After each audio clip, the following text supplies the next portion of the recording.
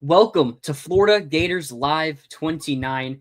We are 15 weeks away from the start of college football season. I'm going to start out every show saying how many weeks away we are until we get to 1 week, and then we're going to be breaking down the Long Island game. Lagway is going to throw for 500 yards. I'm going to be calling him the best quarterback I've ever seen. You're going to be picking us to lose to LSU, but, it is what it is. Welcome back, Tyler. You were on vacation. How was it?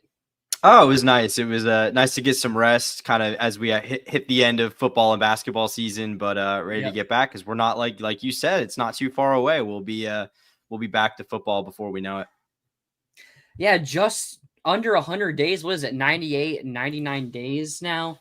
I'm not sure if that's until week 0 or if that's until like the Thursday of week 1. It's probably week 0 now that I think about it.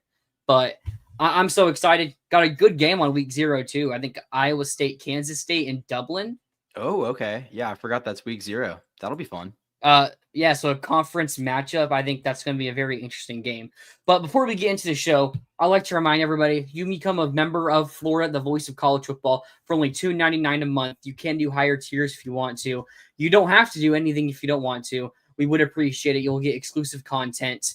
And we just got to commit. Seems like the perfect opportunity for us to break down some film. We'll talk about it a little bit here upcoming shortly. But if you want to, you become a member here at the Voice of College Football, Florida edition. Also, for free, subscribe to the channel, leave your comments, share it with your friends. That's all something you can do for free and helps us out a ton. Here we go. Jackson Johnson, 104 days until week 1 Saturdays, which means it's 104 days of summer vacation. That sounds like it rings a bell for some reason. Nicely done, Jackson. Yeah. Okay, so that's like Phineas and Ferb, right? Yeah. Oh, I thought you were like playing coy. That's what I was thinking. Yeah. That's what I was thinking, but I couldn't remember. But yeah. All right. Let's get here into the show, though. Jamir Perez commits to Florida. He is, I believe he measured in at 6'4", 360 from what I read. He's listed at 6'4", 330 on On3. Now, there's a big discrepancy in his composite and consensus rankings compared to On3 and 247. On3 has him at 657. I believe 247 composite has him at 1,012. The reason for that is ESPN has him unranked. Now, I believe the composite takes that into account while the On3 consensus doesn't. So if ESPN just gives him a rank, which I'm sure they will in their next update or whenever, he's probably going to jump up to that same range, maybe higher. He's someone that really over the past month or so, his recruitment's kind of exploded. Big offers really from Ohio State, Wisconsin, Cincinnati, Vanderbilt, Alabama. The big competition here was Ohio State, and Alabama was said that they're going to jump into the mix here real soon. Now, we don't give them a chance, or they might still jump in, but they might not now that it's all said and done. But I think he's someone that we could see rise up the rankings. You see 657, it's not something you're overly excited about. Another thing you have to keep in mind, nose tackles usually are a bit underranked compared to the other defensive line positions. Usually they're less athletic, bigger body players. So I think you're getting someone here in Jamir Perez who, you're going to look at his ranking and not be overly excited. But I think this is an addition you have to make. Yeah, I'd also add, he's an Ohio guy. He's from Cleveland. So, not necessarily the best recruiting state. Like, sometimes those players get overlooked as well. But, and to address Mark's question in the comments, which I can't, if you can pin that. Yeah, because I can't pin this week. I don't know. I don't know the answer to that question, Mark. I don't know if you have any insight on that, Tyler? So from what I've been reading from Ohio State boards, I don't officially know, but from what it sounded like, they went in-house with him last week. So they took visits to him last week. They were very excited. They really wanted him, at least members on the board and on Ohio State message boards. They really wanted to get Perez, someone that they thought they really had locked up, just waiting for him to get him on an official visit. So I don't know if it was officially committable offer, but Ohio State, they were actively recruiting him, and if he wasn't a Gator, he probably would have ended up in that Ohio State recruiting class by the end of things, at least.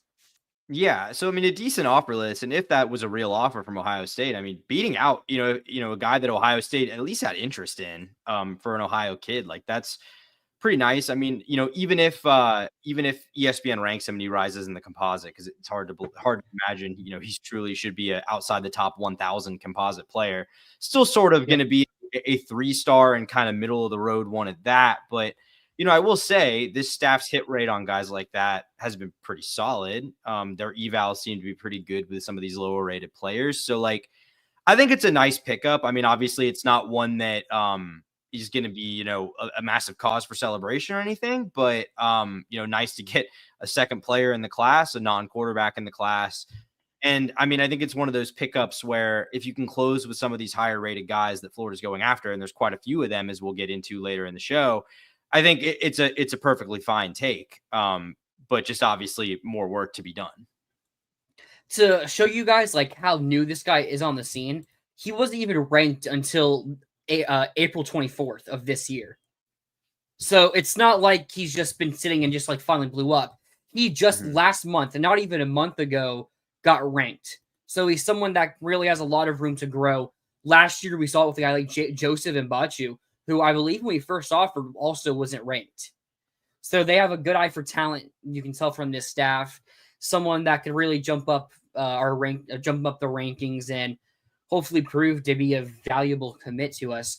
You look at our other nose tackles, Stephon Shivers was also a higher rated 3-star than what Perez is right now. And Makai Burrow, I mean, Desmond Watson was also a 3-star. Like, we're getting a lot of 3-star nose tackles in because not many of them are 4-stars. You look at Jamari Lyons, who I project is going to be our starting nose tackle this year. He was a 4-star, but he was more of a true like defensive tackle, not nose tackle coming out of high school. A little bit smaller, more athletic type of guy. So Billy Napier has said it. I was reading in an interview, or I was reading where someone said like last year they interviewed him. They said they wanted to get a lot more beef on that defensive line, especially the nose tackle room.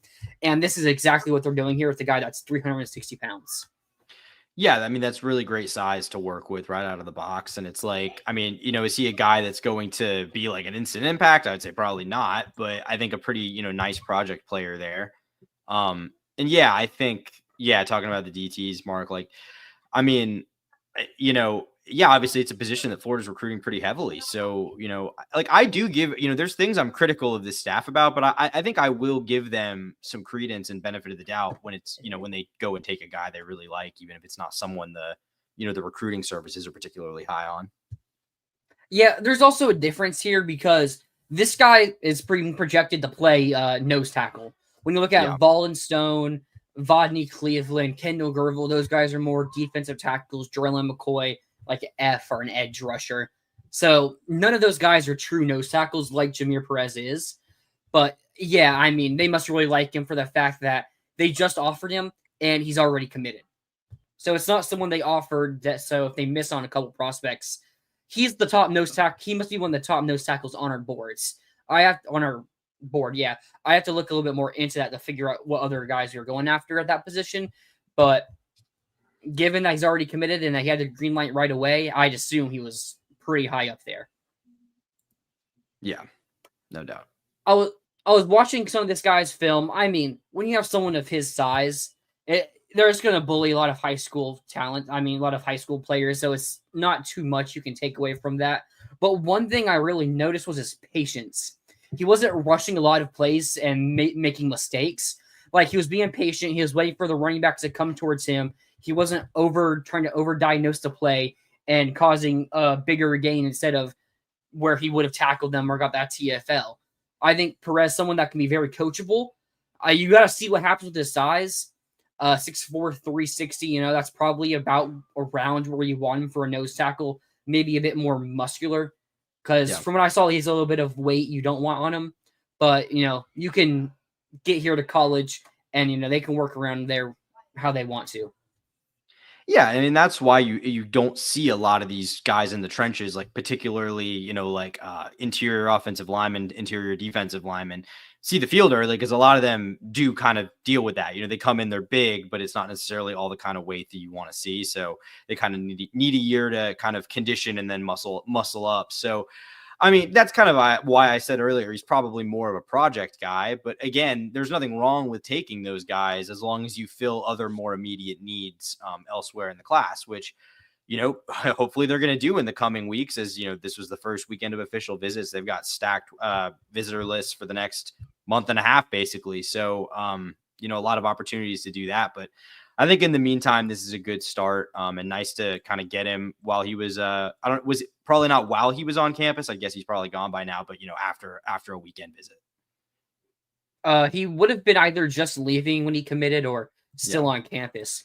Something that he said helped him make his decision. He was he was toured by Mekhi Barrow, who was a freshman nose tackle for us last season. Coming 247 composite, he was in the 700s. And he gave us pretty good minutes for a freshman nose tackle. Mentioned how Barrow was also a bit like overweight coming in, but that UF offseason, Tyler Miles, our new strength and conditioning coach, who we hired, who was new last year? That sounds right, but I'm not 100% sure. So, I mean, they really preached about him, about development to him, and about getting their bodies in shape and everything. And just looked at Mekhi Barrow and saw that, okay, that's something I can do, maybe get immediate playing time like he did. So I think they really got a guy they like here that they can polish into their own type of player. Yeah, 100%. And kind of going off what you were saying earlier, like I'm also curious to see now that he is on people's radars, he's got a whole, with a whole nother season of high school football where he could potentially land in that regard. So, maybe a take that we're looking at a lot differently, by October or November. Absolutely. And that segment right there, you mentioned that he has a whole other season of high school football to prove, put more tape on, maybe jump up the rankings. Someone who had their spring game last night, our QB commit, Will Griffin, they played Lakeland High School, big high schools, Jesus. Is it Jesus, right? Or Jesuit? I don't know. Jesuit, wait, of course. Jesuit. Of course, I'm way off there. But they had their spring game against Lakeland High School. Of course, our QB commit for Jesuit, Will Griffin, played. He had an absolutely stellar game for him. Helped lead a victory in that spring game. Everyone was talking about how he looked so much improved from last season. And he's currently 218 in the composite. 3 of the 4 sites have him as an unranked 4-star, while ESPN, I believe they have him like 70th. So they're pretty high on him compared to the other sites. But if what I was reading and some of the throws I saw him make that surfaced on Twitter are true, and it's something that happens throughout the season, Will Griffin could really get a big boost. Because I know a lot of people that I talked to around the program, they were like pretty high in Will Griffin and his potential. So I think he's someone that you may look at and it's like 218. It's like he could be that next guy, but maybe look at the next class and we're getting a near 5-star level candidate. Maybe Will Griffin could take that step and be that type of player. Yeah, I mean, pretty clear the staff really, has a lot of confidence in him, considering, I mean, they scooped him up pretty early.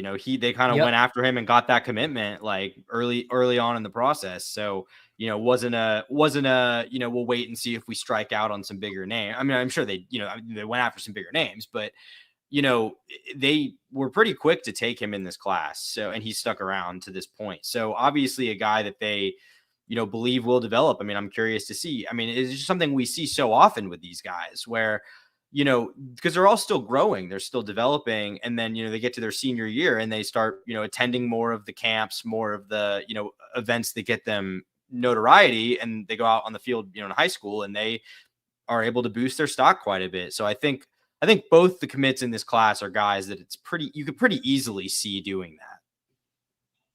Yeah, I mean, you mentioned boosting their stock in their senior season. We just saw it with DJ Lagway. Now, going into his senior year, DJ Lagway was a 5-star. He's in the 20s, mid to late 20s before the season. But then he's the Gatorade Player of the Year his senior year, and he jumps into, I believe, finished 7th in the composite, just 1 spot behind Julian Sayin for that number 1 QB position.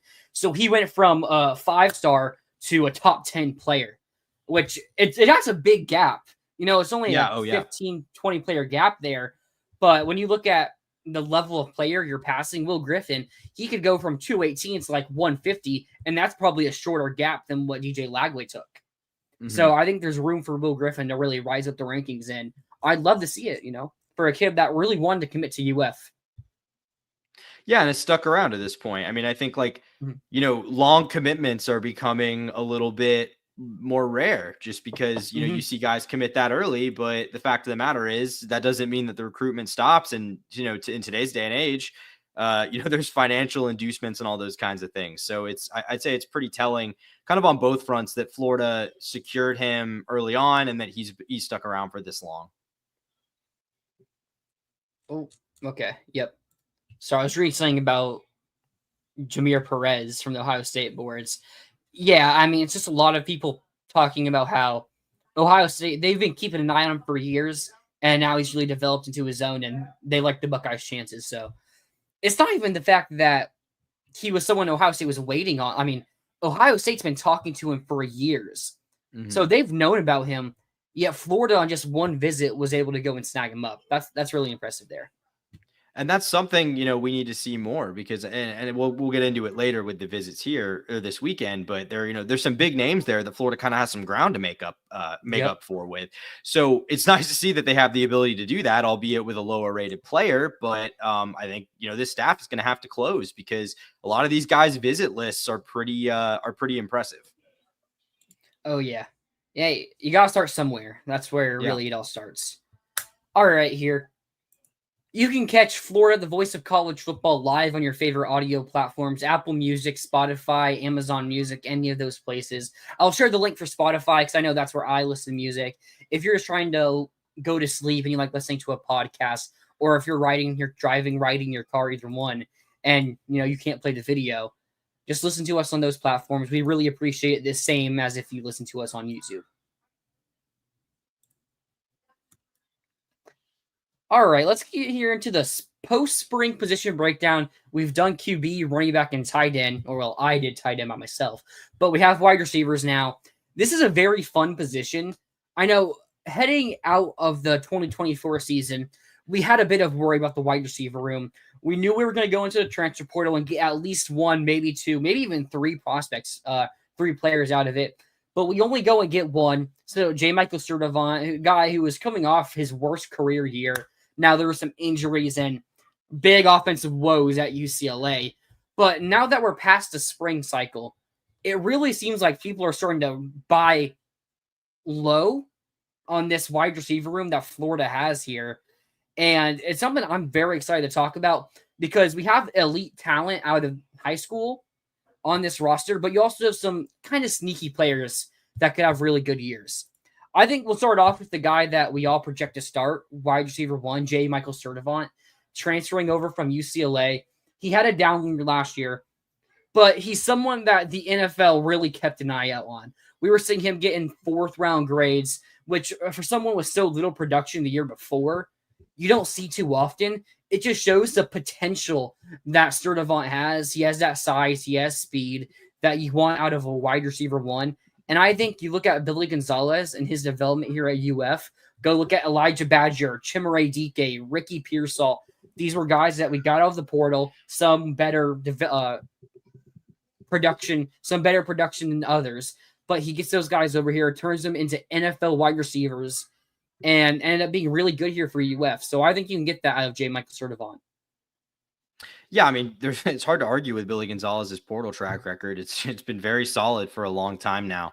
I mean, yeah, I think that like what you mentioned is the concern. Not only is he coming off his worst season, but it's kind of been a career of diminishing returns for him. His best season was that redshirt freshman year at Cal in 2022. So, I mean, yeah, I think that's fair to question. I mean, he's now obviously, I think, going to be in far and away the best offensive situation he's been in his whole career to this point, between having DJ Lagway, between what an offensive line that should be a top 10, if not top 5 unit in America, like honestly. Yep.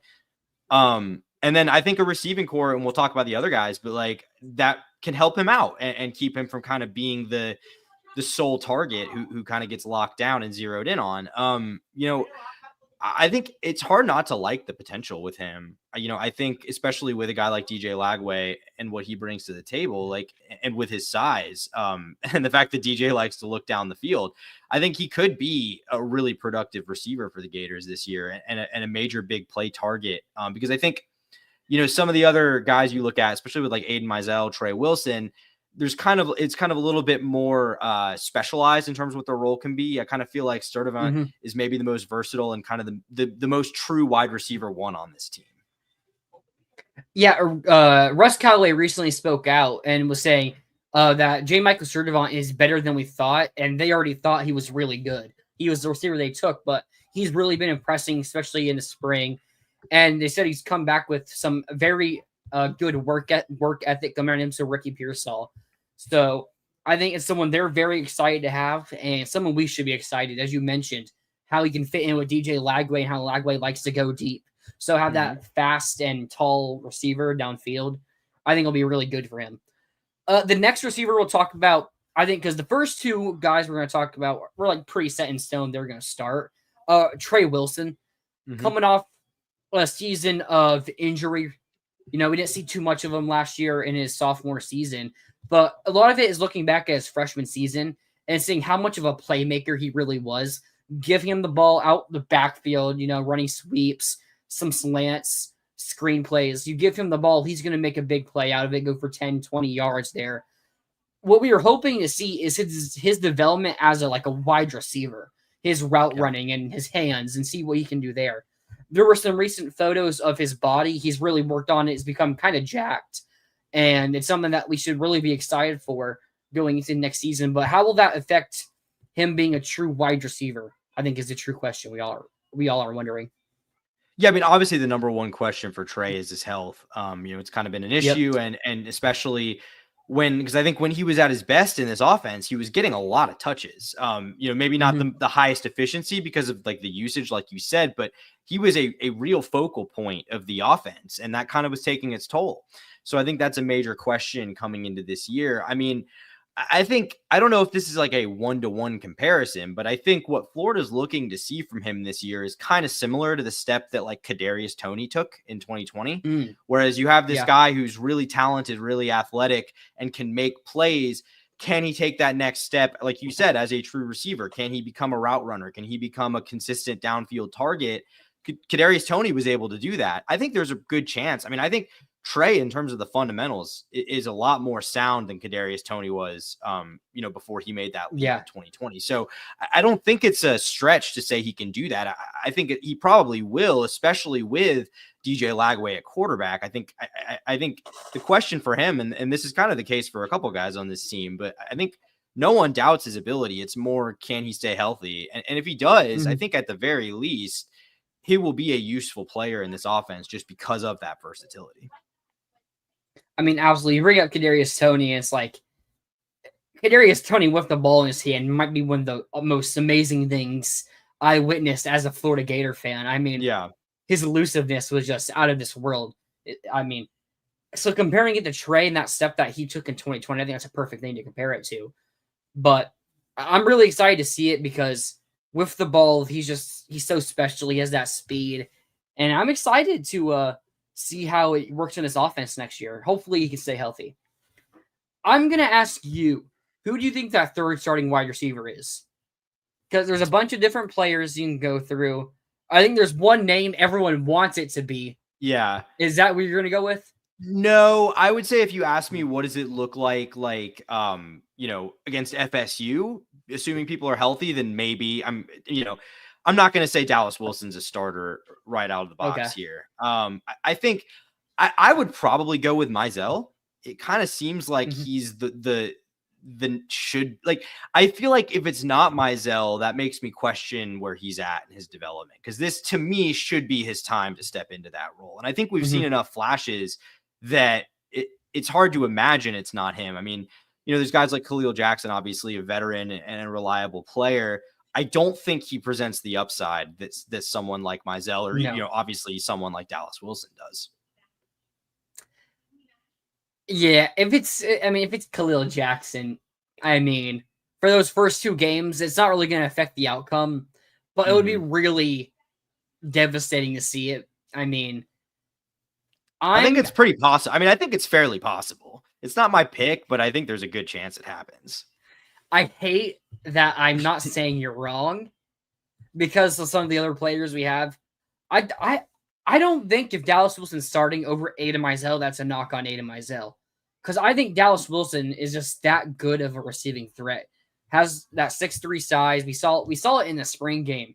Good route runner, good size, good speed. He really has it all. He just showed why he was that high level recruit, five-star player that most people thought he was.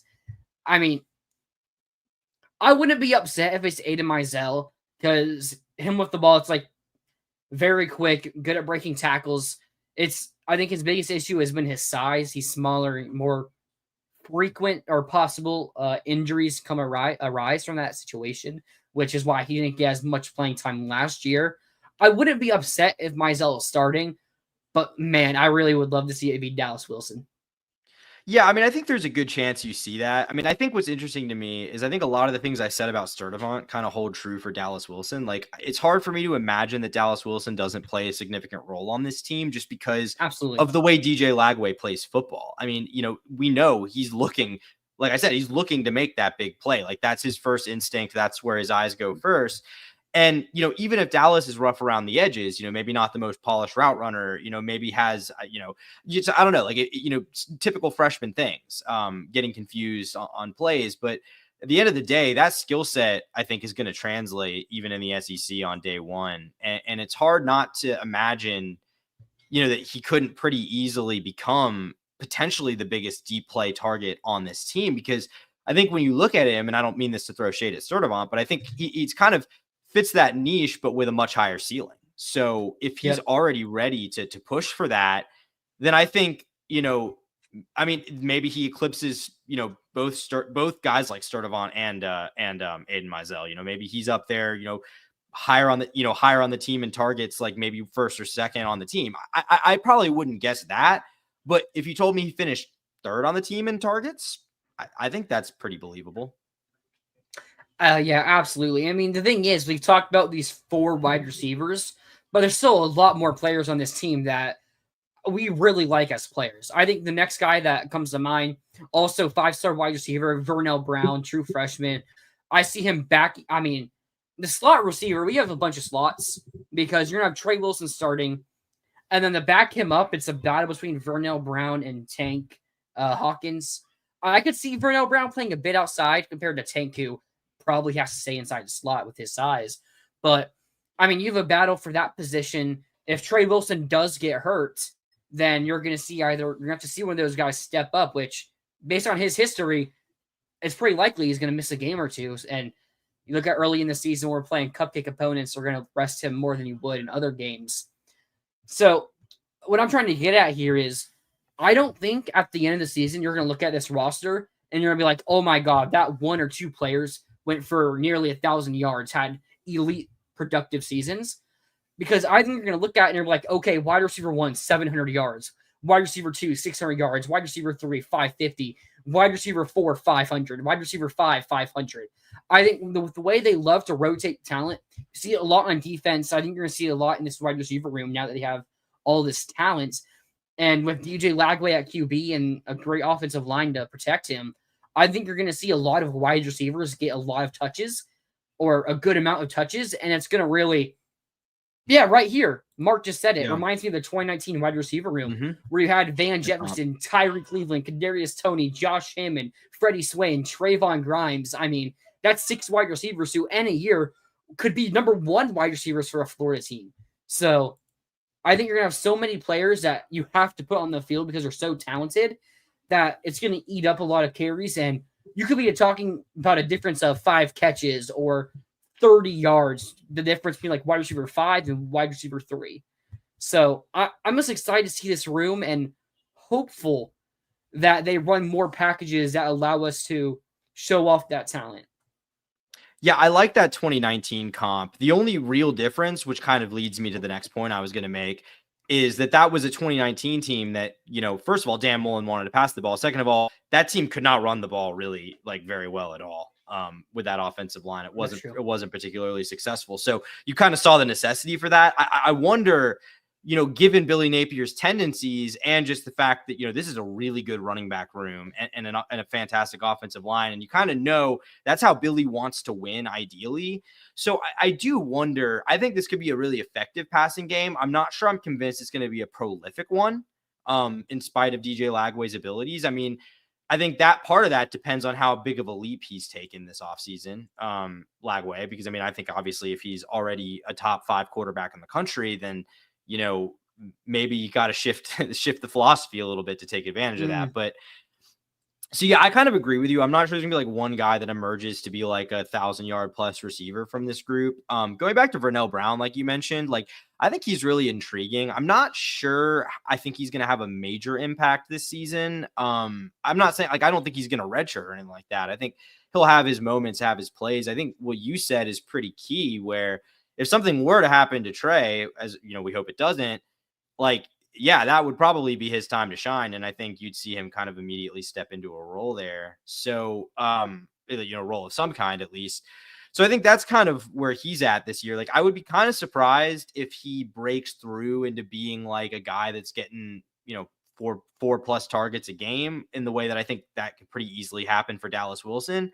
But I think it's, you know, the depth, I think it's underrated depth at this position. Not a lot of it's proven, but I think it's guys that, you know, like you mentioned too, Tank Hawkins, like a guy we haven't seen a ton of, but I think what we have seen is that he could be a promising playmaker. So, you know, I think a lot of potential here, and it's, I think, not really a concern of does Florida have the guys? It's more just a question of which of them are going to step up this year. Yeah, I mean, we didn't even mention guys like Nayshawn Montgomery, who we talked about was someone who probably should have been closer to the top 100 recruit rather than like the 150s he was. Worked a lot on the end of his senior year and really improved, we thought. Someone we could see a little bit of early on in those cupcake opponents. And Khalil Jackson, a solid veteran starter. Doesn't have that upside, but, you know, we'll see what we get. And TJ Abrams. But something that's really sticking out to me, you look at when Billy first got here and the roster he had coming in, the wide receiver room outside of Justin Shorter, I mean, it was just horrible. I mean, Gage, I mean, because he brings in Ricky Pearsall. Ricky Pearsall wasn't someone that damn one left behind. Who was in that room besides Shorter? Dejon Reynolds, Marcus Burke, Frazier's, and Jaquavian Frazier's. Who do we even have in the slot? I mean, I know we had to play Ty Jacoa Bowman. I mean, who did we have in the slot that year? I'm honestly struggling to remember. I'm looking it up real quick here. 2022 Florida stats. Wide receivers. Xavier Henderson, not in the slot. We didn't have a slot receiver because Caleb Douglas got playing time. Trent Whittemore. But I'm pretty sure he stopped playing like early on, if I'm not mistaken. Yeah, he did not play a major role. So, and Trent Whittemore only played 7 games, so we didn't really have a true slot receiver playmaker. But now you look at the roster, there's so much speed with Trey, Vernell Brown, Tank Hawkins, and Aiden Mizell can play in the slot as well, and TJ Abrams has good speed. And we still have size, and you're looking at the current recruiting class we're trying to attain. So much size with the speed, and it's not just one or the other, like Dan Mullen and Billy Gonzalez, you know, he was part of that, brought here to Florida. Yeah, I mean, I think there's a pretty strong case to be made that this is the deepest and most well-rounded receiver unit the Gators have had, like, since the Urban days. You know, I mean, I think, like, you look at those, even those really good Mullen groups, like you said, not necessarily well-rounded, you know, had the top-level guys, but not necessarily the depth. Like, when those guys left, there wasn't a lot to work with. I mean, I feel like this is a position where, which is crazy because we talked about it as being such a major weakness going into the offseason. But you know, they didn't go crazy in the portal addressing it, you know, and it's like in the way that like LSU did with their receiving core. Yep. But in spite of that, I think it's a position group that not only do we feel good about, but I think we feel like it could even sustain an injury or two and still be potentially pretty good. Yeah, I mean, yeah, like there's so much talent. Getting Dallas Wilson was a big part of it, and we've seen these guys now. It's just a spring game, but you can tell when a player is going to be good. And I mean, you can just tell that. Like Nayshawn Montgomery, before he got injured in that spring game, he had a nice deep ball as well. Like, man, there's so much talent in this wide receiver room, and it just makes me so happy. So what we just had a couple of years ago when we were running out Ty Jacoa Bowman there at the slot, I mean, Guy who ended up at Rice, I'm pretty sure. Well, and those guys all produced in the spring game without DJ Lagway playing. So, I mean, Harrison Bailey, I think it's really hard. It's really hard not to be like tantalized by what this passing game could look like if Lagway is what I think we both and probably most people watching this think he's going to be. Absolutely. All right. Is there, anyone else in the receiver room? Shout out Taylor Spirito. No offense. Yeah, I say no offense, but probably going to see more snaps than I would even want him to, even though it probably won't be many. But one other guy I'll mention. One other guy I want to mention, DeBron Hampton. He was teammates with DJ Lagway at Willis High School. Smaller, pretty athletic player. Someone that I could see after this year going to another D1 FBS program and being on scholarship. I've seen just some talks about returning him as a return man.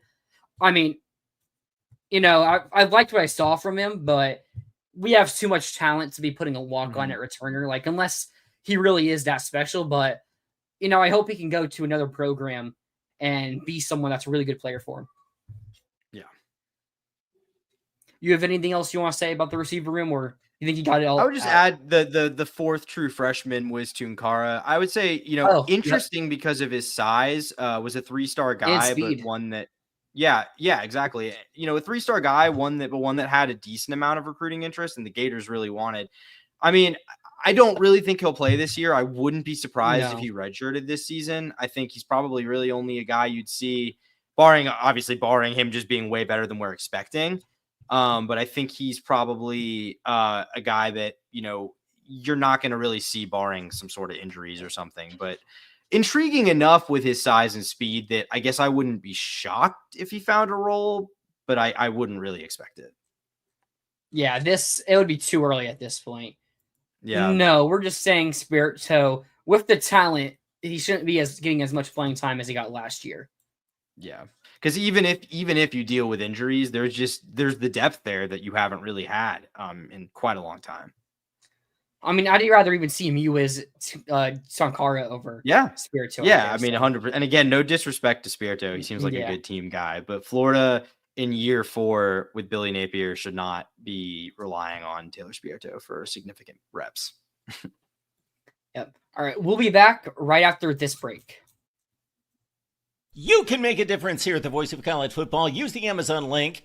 Financially contribute to the Voice of College Football without spending a penny. Same shopping experience. It's easy. Go to any video on any channel. Go to the description section and grab the link right next to the capital letters that say Amazon. Use that link and Amazon will instantaneously convert to your account, settings, history, everything intact, just like whatever link you use right now. No difference. Pay no attention to the product that you see right there. Just go search what you want. Don't forget the Amazon link. Thank you for your support. Sincerely, the Voice of College Football. All right, welcome back.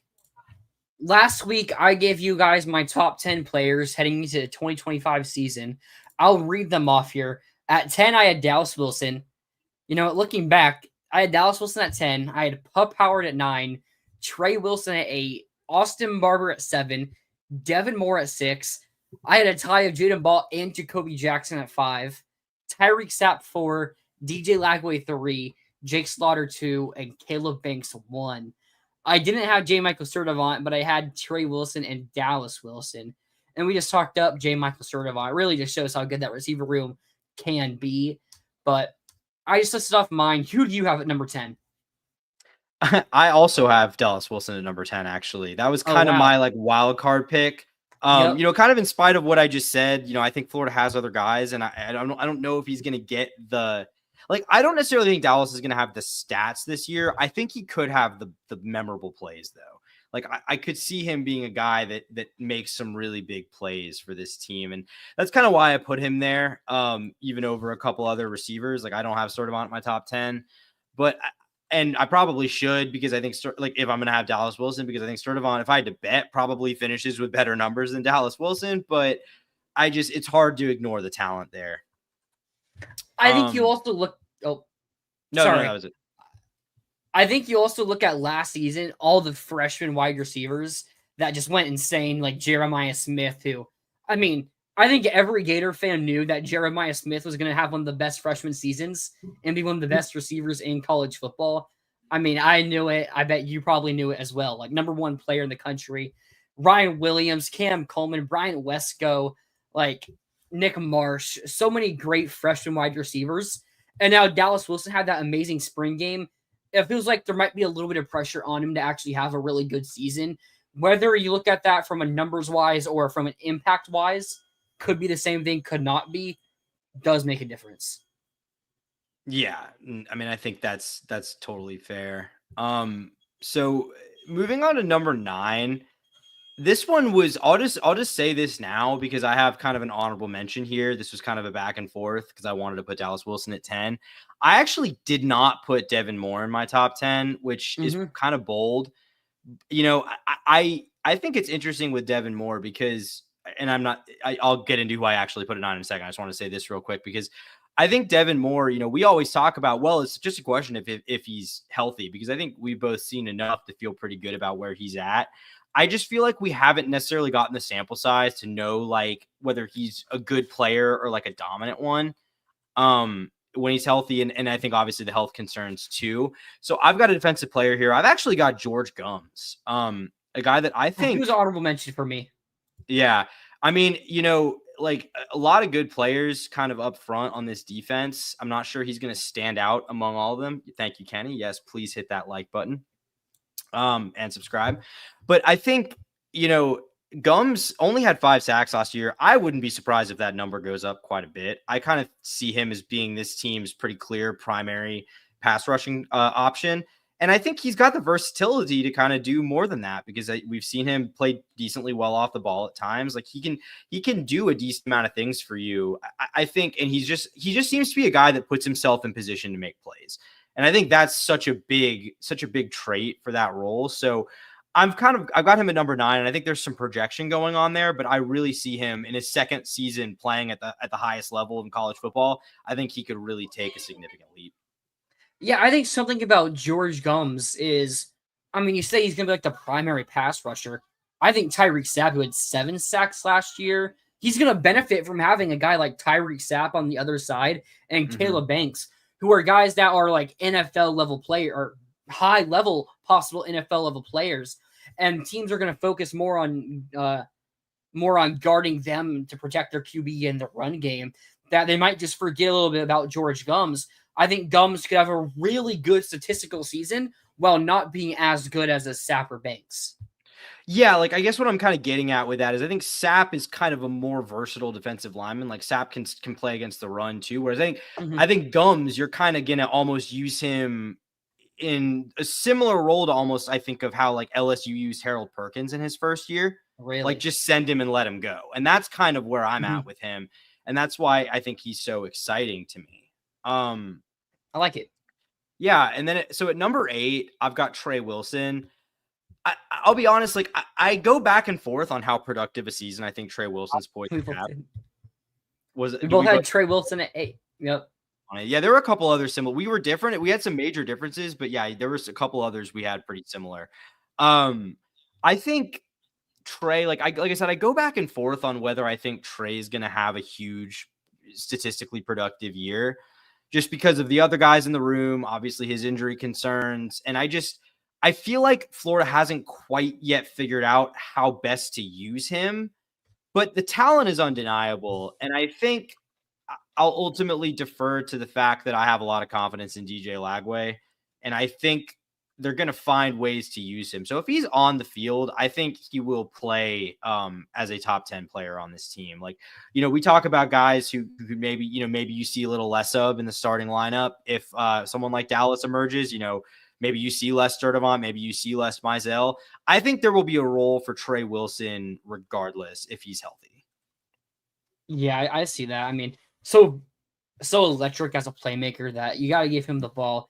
He's going to get his touches. I think of the receivers, he's going to have the most yards because he's going to get rushing and receiving yards. If I'm having to bet who leads the receivers in yards, I'm putting my money on Trey Wilson.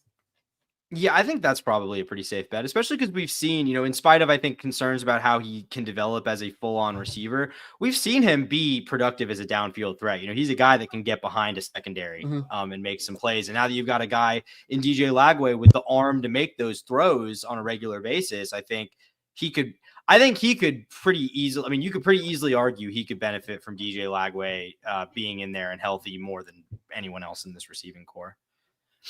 Absolutely. Yeah, and then so at number 7, I have Jacoby Jackson, who you also had. You had a little higher, actually, I think, but I have him in my top 10 as well. To me, and I'll get into. Obviously, I do have Jaden Ball on here too. And I'll just say now I'll get into it. I have Jaden Ball at 6, so we'll talk about them together. Okay, how about we do this? Yeah, Devin Moore at 10, Dallas Wilson 9, Trey Wilson or George Gump's 8, Trey Wilson 7, and then 6, Jacoby and Ball. Yeah, there we go. Is that cheating? Because I had them both at 5. I don't think it's. I think maybe it's a little bit cheating in the sense that I do think what Ball brings to the table is a little bit higher ceiling. But I will say, I do think though that we've seen the way Billy uses running backs. Like this is not going to be, I don't think, a running game where one guy is like super dominant in the carry distribution. I think it's probably going to end up being fairly even. And Jacoby Jackson was as efficient as anyone last year with his carries. So I really do think you'll see both of them have really productive seasons. And behind this offensive line and with their talent, I think it's going to be kind of like easy mode for them this year, at least against all but the best of the best front sevens. So I think they're both going to have really nice years. I think they're both probably going to have about it, probably maybe even more productive years than they had last year. And they both went over 500, I believe. Yeah, they did.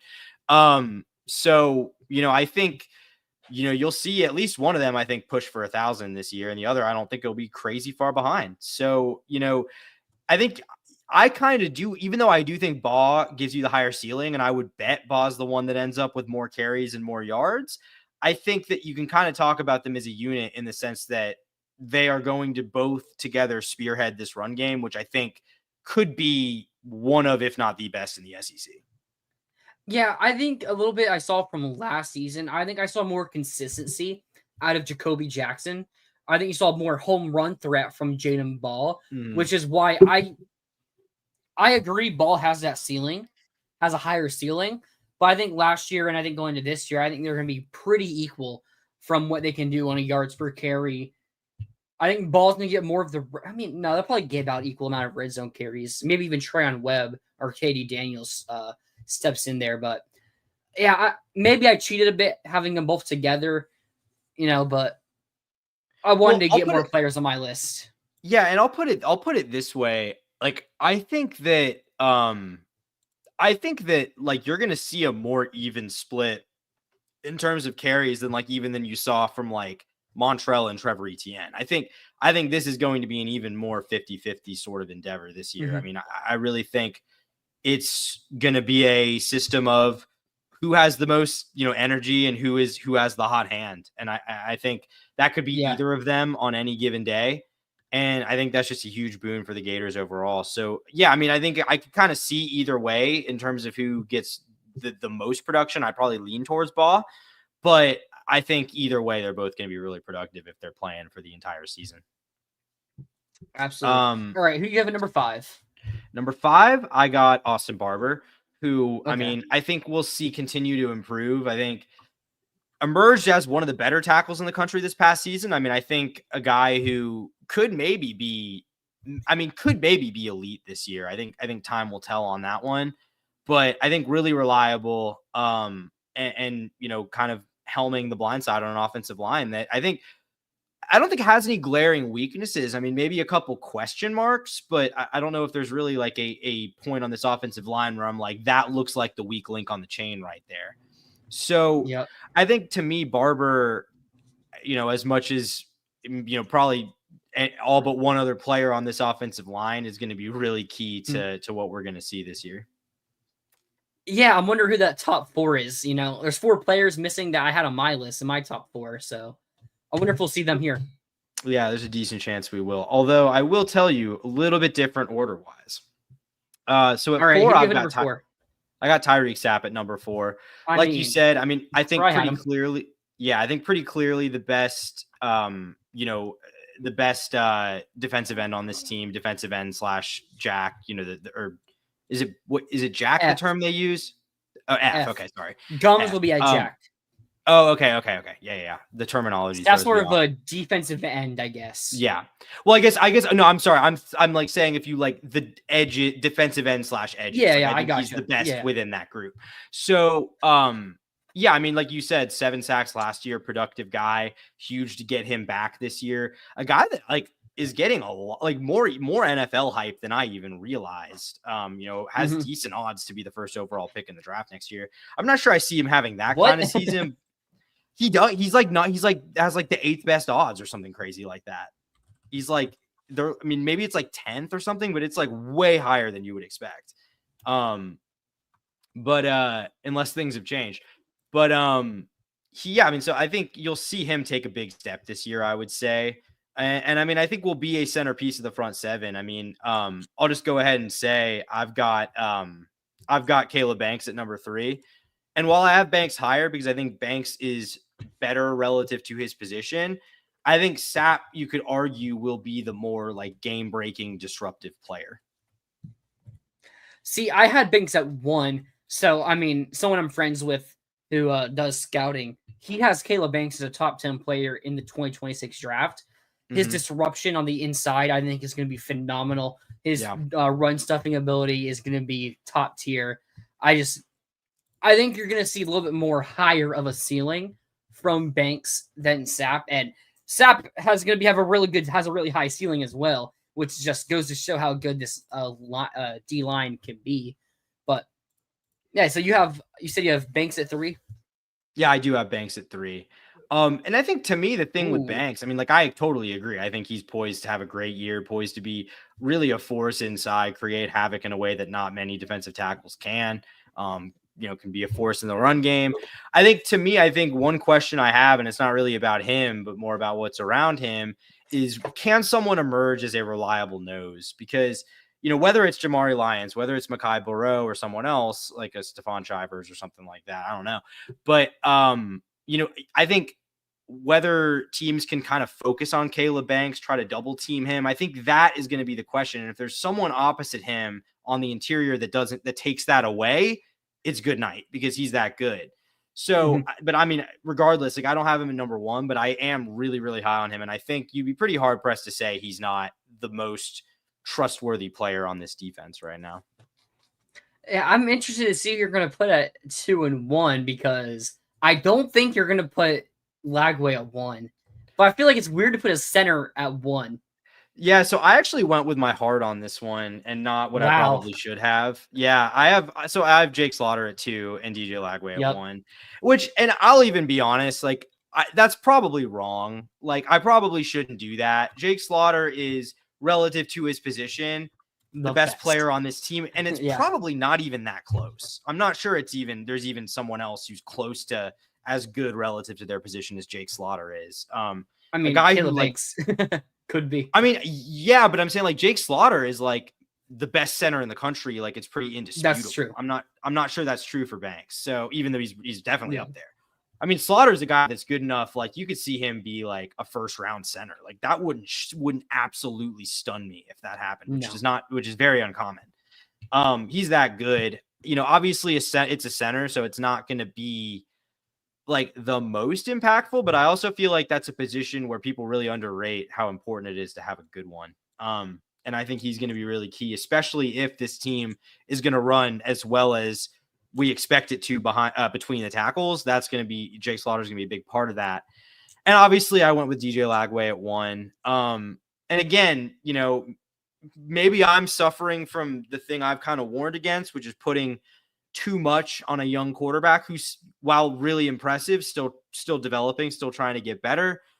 But he's just clearly got that talent, and I'll take the coaches at their word that he is getting close to 100%, should be a full go for OTAs this summer. And if that's the case, and you've got a healthy DJ Lagway, which we really didn't see after the Kentucky game last year. Yeah. Fully healthy, and the first drive or 2 against Georgia.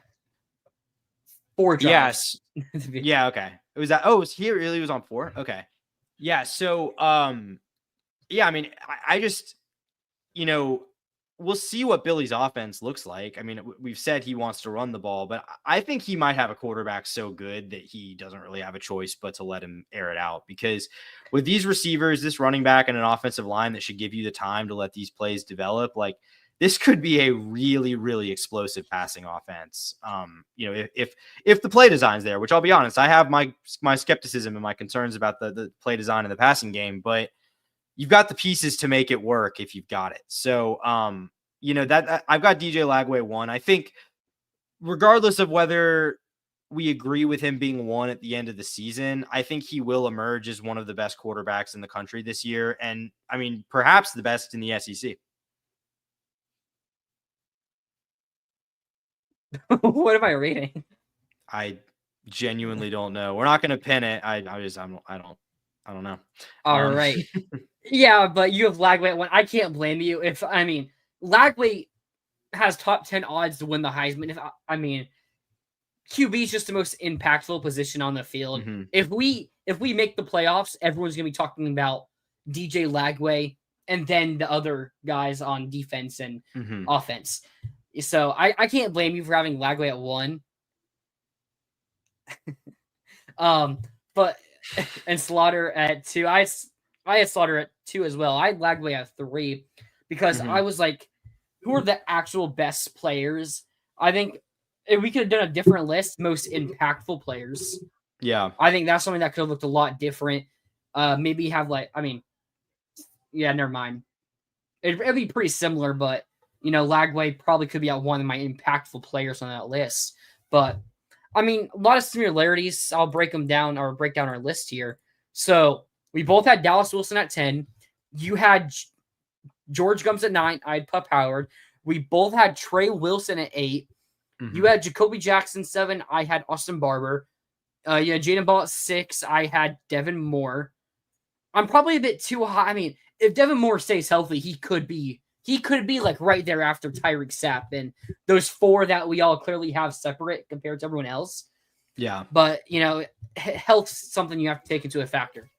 Yeah, for sure. At 5, I have the entire running back room. You have Austin Barber. We both had Sapp at 4. I had Lagway at 3. You had Caleb Banks. We both had Slaughter at 2. You had Lagway at 1. I had Caleb Banks at 1. Interesting stuff. Maybe later on before the season, we'll do most impactful players. Maybe we'll get a bit clearer on the depth chart. Maybe Dallas Wilson is starting, which could sure up putting him in the top 10. Maybe there's someone else. Maybe Miles Graham has a really good fall camp, and he jumps onto this list. But you never know.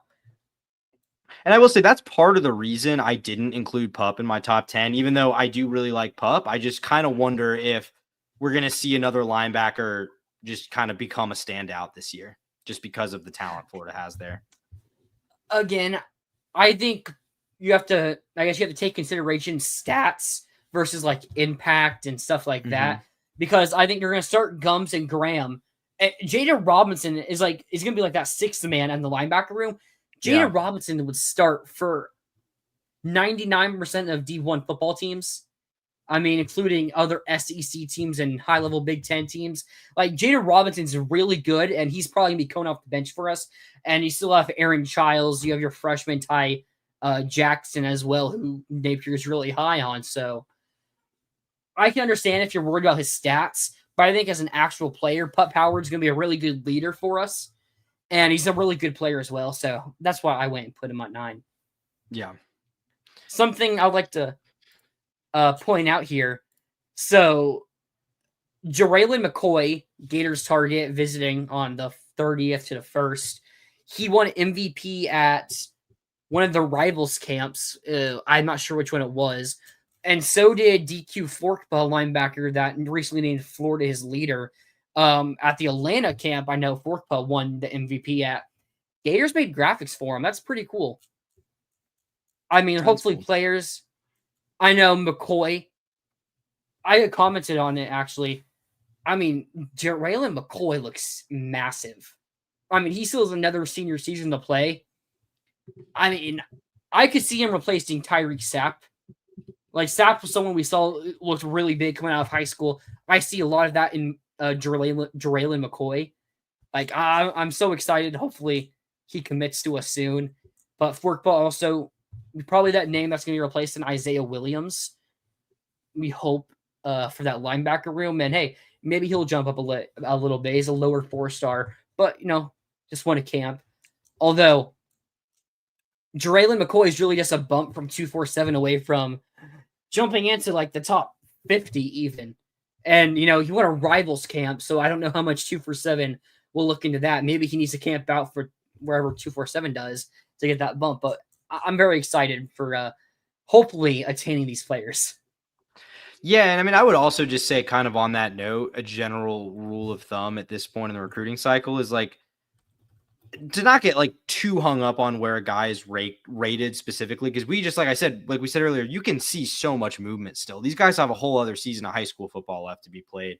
So, a lot of guys that are currently in the top 150 could be borderline 5 stars by the time the cycle's done. So, we'll just see what happens on that front. I mean, I think McCoy's listed at 6'6", 245. I don't know if he's even bigger than that now, but I mean, that's really impressive size. I mean, that's kind of the size that you see from guys who are able to make an instant impact. Yeah, I mean, McCoy, he has a commitment date set for July 1st. Hopefully we can shut it down this weekend or the next weekend when he comes and takes his visit. Were you able to read that? Sorry. I don't know if you get notification in private chats or not. Oh, wait, sorry. 1 second. Oh, yes, I missed it. Oh, okay. Got it. Okay. Yeah, I see it now. All right. Okay, we're going to head here into our post-spring schedule predictions. We did this back in January after the season, way too early. Way too early. Now it's just way too early schedule predictions. You still have all summer, fall camp before you really see what this team could be. And then you still have to see how the team actually plays on the field. I'm going to have to remove this so we can see it. And remove this as well. There we go. So now you can see the or should we just block out FSU? Yeah, honestly, we all know. We all know how we know how the season ends. So, if I'm not mistaken, when we did this back in January, I had us at 10-2, losing to Texas and at Ole Miss. I kind of just picked that Ole Miss because I didn't want to predict us to go 11-1. I'm a little bit more sure on what I'm picking here. You had us at 9-3. I know you had us losing to LSU, Texas. Who else did you have us losing to? Georgia, I believe. Georgia. Okay, so I'm going to just see if you have any changes. Long Island. Was this the same game? Was this before they changed it? I think so. Because it was supposed to be Florida A&M. I want to say this game, I'm pretty sure that they had already set it to Long Island when we did these. But I don't think it really functionally would impact our picks, whether it was or was not. Obviously, if Florida's losing to Long Island, there are major, major problems. Hey, you're allowed to have one bad day. Yeah. No, but it's week 1. They could come back from it. Notre Dame came back from a bad week 2 loss. Oh, yeah. I mean, it's completely wild how that's just forgotten. Yeah. Now and that Northern Illinois team wasn't even like that good. Like that Northern Illinois team went on to have like kind of a mediocre MAC season. I think they finished like 6-6 or something like that. Yeah, something like that. They weren't great. Yeah. No. So both of us got us starting 1-0. Complete surprise there. Next week, USF, Byron Brown, Alex Golish, a name on the rise in offensive minds, gave trouble to Alabama the past couple of years.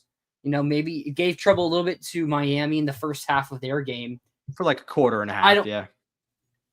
Yeah. So maybe they could give Florida some trouble.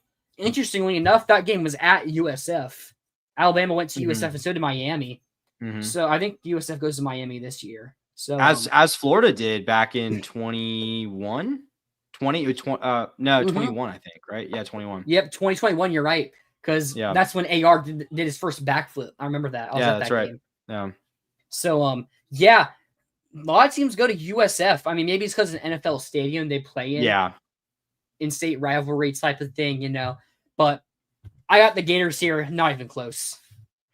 Yeah, I mean, I'm not obviously picking against Florida here. I don't really love this game being on the schedule just because of what USF has been able to do in these kind of games the last couple of years. I don't really want a week 2 game being semi-close for a half, but I don't see this USF team really being able to give Florida a lot of issues. They ended up, a team that got a lot of hype going into last year that ended up kind of not being great. I don't really see it happening in this game. I think, regardless of what happens the rest of the year and with Billy Napier's future, I think they will probably start this season 2-0. Absolutely. All right. Week 3 at LSU, probably going to be a night game in Death Valley. Maybe at College Game Day. The other game we're competing with is Tennessee, Georgia. That's an interesting one there. So that might get game day as well.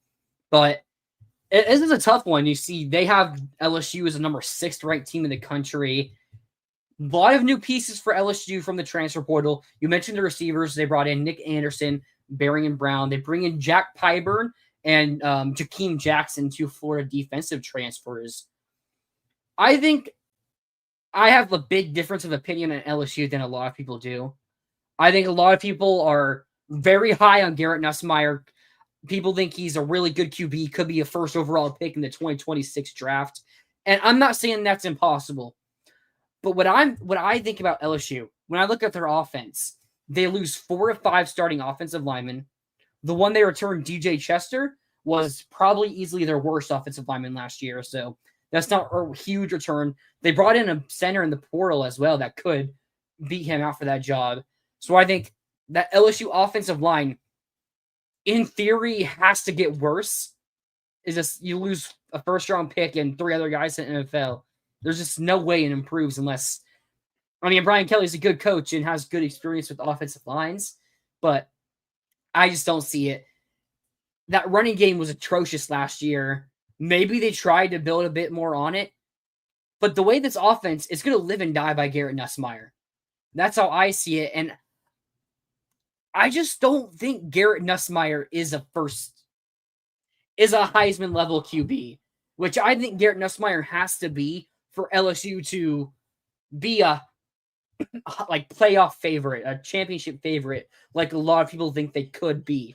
I'm not saying Garrett Nussmeier is bad because he's made some really good throws. That touchdown pass he had to Aaron Anderson in our game last year, one of the best throws I've seen. And I've seen DJ Lagway play. But I'm just not too high on this LSU offense because I don't think the run game is going to be there. I think Nussmeier has some good targets. Aaron Anderson's a good receiver. Barian Brown's another good receiver. Nick Anderson's kind of a question mark coming off a year he didn't play. The season prior in the Big 12 had 800 yards and 10 touchdowns, which is a really good freshman season. But that's also in the Big 12. That's not against the SEC level competition. If he comes to the SEC and does that, that's probably closer to 600 yards instead, which is still really good for a freshman. But are we talking about him as one of the best receivers in college football? Sorry. I don't know. And then look at this defense. They brought a lot in. I know they got AJ Halsey from Houston. They got him in the spring. We talked about Jakeem Jackson and Jack Pyburn. I think they got a lot of solid pieces. I think they raised their floor. I think their ceiling all relies on if they use Harold Perkins correctly, which we saw the past 2 years. Now, he got injured last year, so maybe they would have changed it up, and we'd be really assured that Harold Perkins is going to be one of the best free-roaming defenders in all of college football. But until we see it, I don't know if you can predict it. And if they don't have Harold Perkins being that all-elite player, I don't think their defense is going to be enough to stop us. Now, that being said, night game in Death Valley, they could be a worse team than us and easily still win this game. Mm-hmm. I just think DJ Lagway has that it factor. And if you don't have that player that on defensive side can match and be the best player on the field compared to Lagway, then I don't think you can beat him. So if Harold Perkins isn't that all-elite player they're comparing to Micah Parsons his freshman year, then I don't think LSU can beat Florida and Lagway. And I don't think Nussmeier is going to be that Heisman-level QB. I think he'll be good to even maybe great. But I don't think he'll be the best player in college football. which I think he needs to be for LSU's offense to be elite. So I'm going Florida here. Yeah. So I have a pretty decently more optimistic outlook on LSU than you do. I am really high on Garrett Nussmeier. I like him a lot. I think I've seen a lot of good from him. I think he needs to, improve the decision making a little bit. I mean, I think you're right that the big concern here is the offensive line. They lost, for all intents and purposes, everything, because like you said, DJ Chester was kind of the weak link there last year. So having him as the returning guy is not super promising. And that could be a major limiting factor. Like, there's no doubt about it. Like you said, a team that didn't run the ball that well last year. I do really like the additions on offense to a receiving core that, like you mentioned, him already has Aaron Anderson, who's kind of shown to be a pretty impressive playmaker. I think I like the defense to improve at least. Another guy that you didn't mention, not a transfer, but DJ Pickett, the 5-star corner they brought in. Decent chance he starts there as a true freshman this year, just because of what they have. I think he has a pretty good chance to see in the field early. So we'll see there. I mean, I think the main thing here with me is just that this is week 3 at Death Valley, probably at night, like you said. And I mean, that's just a really tough environment and first like serious test for Lagway and this team. They're going to be hopefully 2-0 with 2 fairly easy games. This LSU team is going to be more battle tested at this point. They opened the year on the road against Clemson, a Clemson team that I think is going to be really, really good. I kind of expect that this will be a 1-1 LSU team that's coming in with a lot to lose. So that is what's concerning to me. And I mean, if it's a 2-0 LSU team, then they're probably a pretty good one, because that's a tough way to open the season. So, like, this isn't a game that I think is insurmountable for Florida by any means. I think it's probably actually, if I'm being honest, a pretty even game talent-wise, in my opinion. I just, where it's at in this schedule, I really don't like. I didn't feel good about it when we did these initial picks. I don't feel really any better about it now. So I do think this is an early setback for the Gators here, which we've seen kind of be a theme under Billy Napier, taking some early setbacks with this team kind of taking a month or two to really hit its stride. If they do that again here, I think they will lose this game. Yeah, my hot take about LSU and Brian Kelly doesn't make it past the Bama game. I don't think he's fired. I think he retires. Oh, no way, dude. No way. His buyout, pass up $65 million? There's no way. Okay, you're right. Okay, maybe. Yeah. I mean, the way I look at it, at Clemson, I have them losing. Florida, I have them losing. I think they at best go 1-1 of at Ole Miss and South Carolina. I think they lose at Bama. I think they lose to Texas A&M. And that's a 500 or below 500 record. I'm not doing the math right there. Oh, wow. I'm much higher. I think they're more in the 9-3, 10-2 range. I think it just collapses in. Okay. I mean, the last, if it does, 3 LSU football coaches have won natties. Going back to Nick Saban, Les Miles, and Coach O. I don't think Brian Kelly is the 4th. Well, I mean, like, look, and they, trust me, they're aware of that fact, that they expect, whether it's fair or not, they expect every coach to win a national title. And Brian Kelly came basically saying, I'm leaving Notre Dame because I can't win a national title due to circumstances that are outside of my control. So, he doesn't really have a leg to stand on if he can't do it at LSU. So, and I think I have my concerns about Brian Kelly. I covered that team for 3 years. I watched them lose games they shouldn't have. So I don't think it's unthinkable that they lose one in what should be a pretty even game to Florida. And talking about Brian Kelly getting fired, I don't know. Maybe like that buyout is crazy, and it's hard for you to imagine they do it. But if they're 500, like I could see it. I could see it happening if they're 500, like you say. I don't think that's out of the realm of possibility. I am more high on this team, though. I think to me it's playoff or bust for LSU. Oh, and for sure. Like that's pretty clear. But I think like it's playoff or bust because I think this is a playoff caliber roster. I think Florida's has the potential to be. I think LSU's is a little more proven, though. And again, if this game were in November, I would probably feel differently about it, but it's early enough. And with the fact that Florida won't really have been tested at this point, it just seems like a lot to me. So I am sticking with a loss here. Yeah, it's just the star power. I don't see it on LSU right now. Mm-hmm. That's if Harold Perkins comes out week 1 against Clemson and has an elite level freshman year type of performance we saw from him, then I I'm probably leaning LSU, but if he doesn't, I'm leaning Florida because I think you need someone to match Lagway to be able to beat him. All right. No, Saturday, September 20th at 21, according to them, Miami. Hard Rock Stadium. Is this a road game? I mean, yeah, I mean, you would expect Miami has to go on the Florida road for it. Yeah, yeah. And with Miami traffic, it's not even that much shorter than the Gators drive down there. No, right?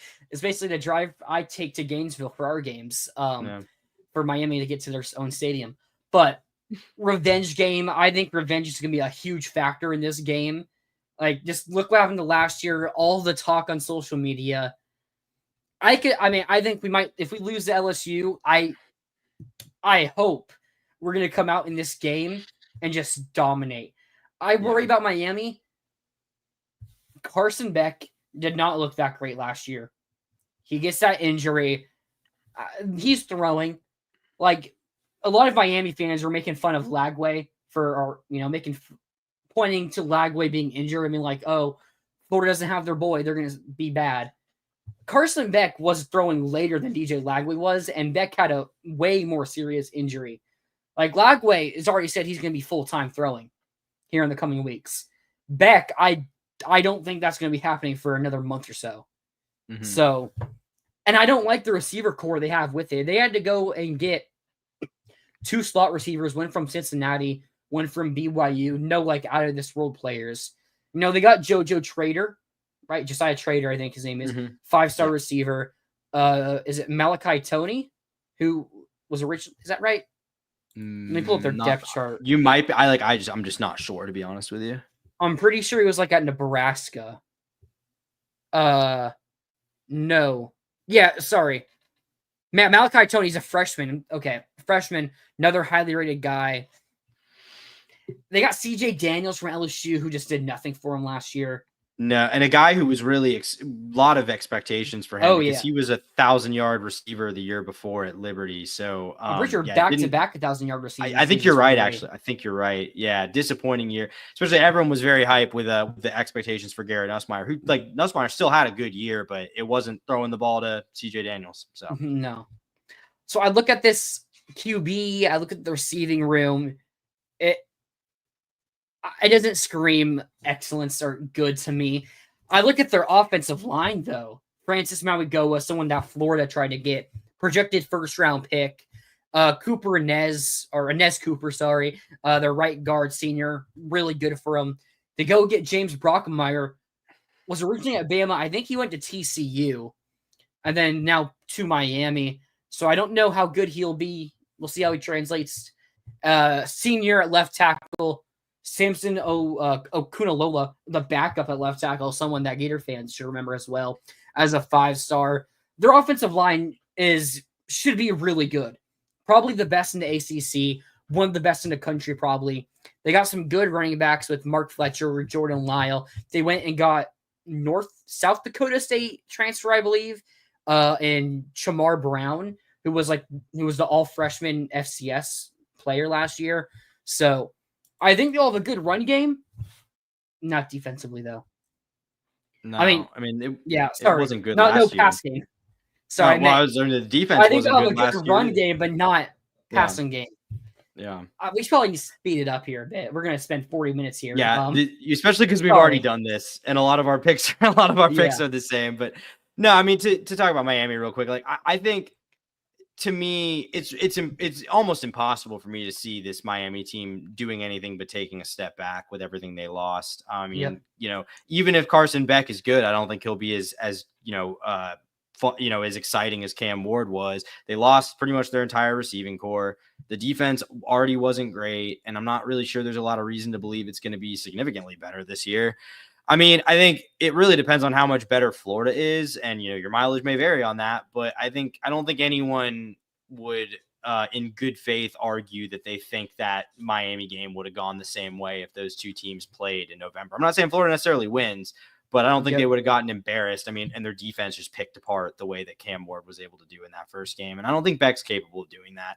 So I think this is a win. I mean, to me, this is like one of those games, and there's a couple of them on this list. It's like, if Florida's not winning this game, then they're not going to win more than 7. I don't think, because there's too many tough games. I'm right with you there. Yeah, I mean, I have us winning this Miami game. Defensively, so many new pieces. I mean, they got some good returners like Ruben Bain on the D-line. Wesley Bisante at linebacker is pretty solid. Whole new defensive back unit, though. There was the whole thing with Xavier Lucas at Miami. Zechariah Poyser was someone in Florida targeting. Like, they could be good, but they have to gel. And I don't know if the offense is going to be good enough to keep the defense off the field. And that could become a big problem for him. So I'm going to take the Gators to win this one. I don't know if I want to say it's similar to how the game was last year, but in reverse, with Florida dominating. But I like the odds it happens. Yeah, I mean, if the defense is not improved for Miami, then it could be a big day for DJ Lagway for sure. Oh, yeah. Miami equals FSU of last year. I don't think they're going to be that. They've recruited a lot better than FSU did, so they have a much higher floor. Although I don't think anyone saw FSU's floor being two wins. Yeah, and honestly, I mean, it was probably one win. Yeah, and I still think in the ACC that like I can't imagine this Miami team is any worse than like 7-5, and that would be like a worst case scenario. Yeah. All right, Gators get a bye week. Number 3, Texas. You have Arch Manning coming into the swamp. Let me say this. When we get to this point, so September 28th, we'll be doing our predictions for that Texas game. If Florida is 4-0 hosting Texas, I am 100% picking Florida to win that game. But as we stand today, looking at this, I have us at 4-0. I'm picking us to lose to Texas. I think Texas might have the best 2 defenders in the country with Anthony Hill and Colin Simmons on the front 7 for Texas.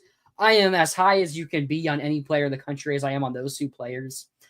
I think they have so much talent at wide receiver and running back as you can get in the country. It's not as proven. I mean, they have Wisner returning, I believe, who was really good last year.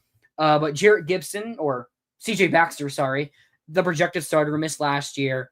I don't want to get too much into it. They replace a lot. I'm not saying like how you said, as you said, I don't see a role where Florida wins this game, but I think Texas, there was the whole talk about them spending $40 million on their roster. That wasn't true, but you look at them having the number 1 class last year, how they've recruited. I see some weaknesses for Texas because they have a lot of new. They didn't go out in the portal. They're trusting their development, which that's what Billy Napier is doing. And they have more talented players than we do. So I'm going to take Texas.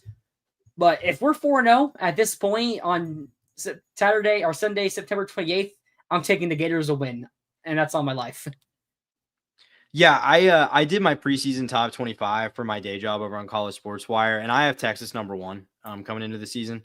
Yeah. I'm really high on this team, which is kind of funny because, like you said, it's not like they don't have question marks. They have to replace a lot of good players from the draft.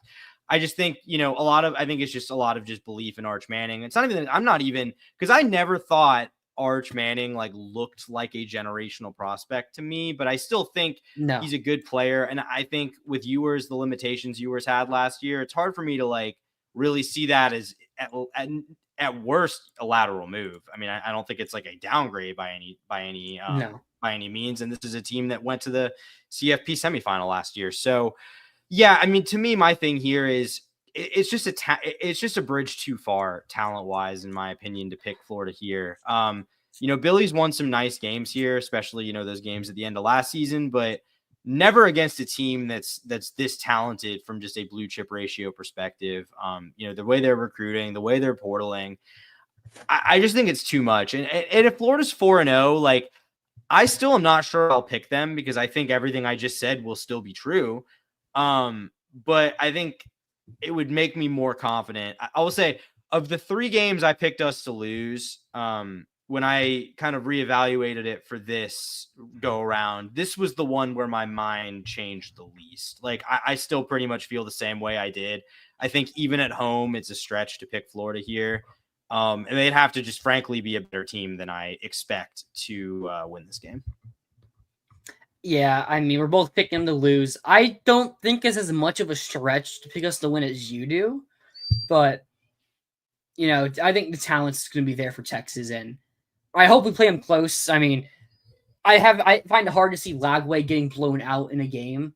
Like, he's going to keep us in it. The crowd, I mean, Arch is lucky to play at Ohio State week 1, so he's going to have experience in big-time environments. Right here, perfect. Rob, we ran down Texas' throat last year without Lagway. 34-17 win. I mean, yeah, we did go for 200 yards on him. Both running backs getting over 100, but yeah, it's a bit different. But yeah, I mean, I'm gonna be as excited can be. If I'm picking Florida, as we said, 4-0 going into that game, maybe even 3-1. Don't quote me on that yet, but yeah. Getting next, we go to Texas A&M. This is a tough one for me.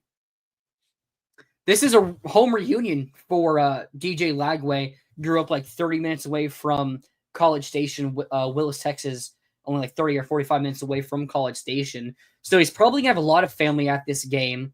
Probably a school he grew up watching and liking a lot of. I mean, I guess he missed Johnny Manziel probably. But maybe not as much fun for A&M because I can't think of too much fun they had after Manziel. But this is probably a school he got used to, and it's probably one he really wants to win. But I need to pick us to lose the second game. I'm not picking it against LSU. I'm not picking it against Miami. I'm a big fan of Mike Elko. Now, I feel something weird about Texas A&M because I'm not the highest on Marcel Reed. I think he's a good runner. I think they have Le'Veon Moss. They should have a solid offensive line, solid receivers with Casey Concepcion and they got Mario Anderson. Is that right? Mario Anderson from Tulane? Yes, I think so. That sounds right. That or did he go to right. Mississippi State? Oh no, he Mario Anderson. Wait, no, not Mario. Mario Anderson's a running back. I know who you're talking about. I'm just totally blanking on his name. Here, I'm pulling up Texas A&M's depth chart. Wide receiver Mario Craver. Sorry, there we go. Mario Craver. Okay. They have him. Terry Boosie, who was a 5-star receiver as well. I'm just not as sold on Marcel Reed, but I really like the running ability with Le'Veon Moss, who I think is someone who could lead the SEC in rushing. Mm-hmm. And I'm not as sold on their defense as well. I mean, Scooby Williams, I'm still not that. I don't think he's that good, but he's like a 4th-year SEC starter at this point. Searcy was solid. I really like Cassius Howell. Will Lee's one of my favorite corners to watch in the SEC. They got some other guys like Bryce Anderson at safety and Des Ricks, who were 5-star level talents. It's weird, but I'm going to pick us to lose this game as well. Wow. Okay. I think something weird is going to happen here. Maybe Lagway gets hurt or something. But did you just put that out into the world? Did you just make that prediction here? No. Yeah, us in the A&M. I'm not that high on A&M. Yeah. I mean, maybe I'm too low on Marcel Reed. And I don't like their defense.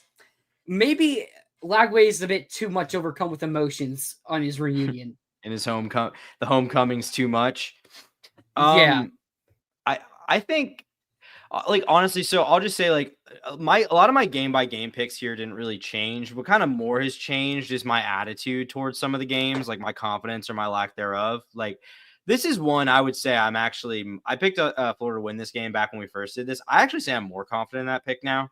I don't really understand why, because like A&M, I thought had like a fine year one under Mike Elko. I mean, it kind of was soured by the way it ended, but I mean, still a solid first season. I just, for whatever reason, the vibes here don't feel very good. And that I'm the same way. And I don't really, I'm more mean the vibe, not the vibes with this game, just the vibes at Texas A&M don't seem very good. And I don't really believe in Marcel Reed. He didn't really do anything last year that showed me it's like sustainable. It seems like something teams can figure out. And I just don't know if this team is like acquiring talent at the level you would kind of expect A&M should in the NIL era. And, as we enter the revenue sharing era.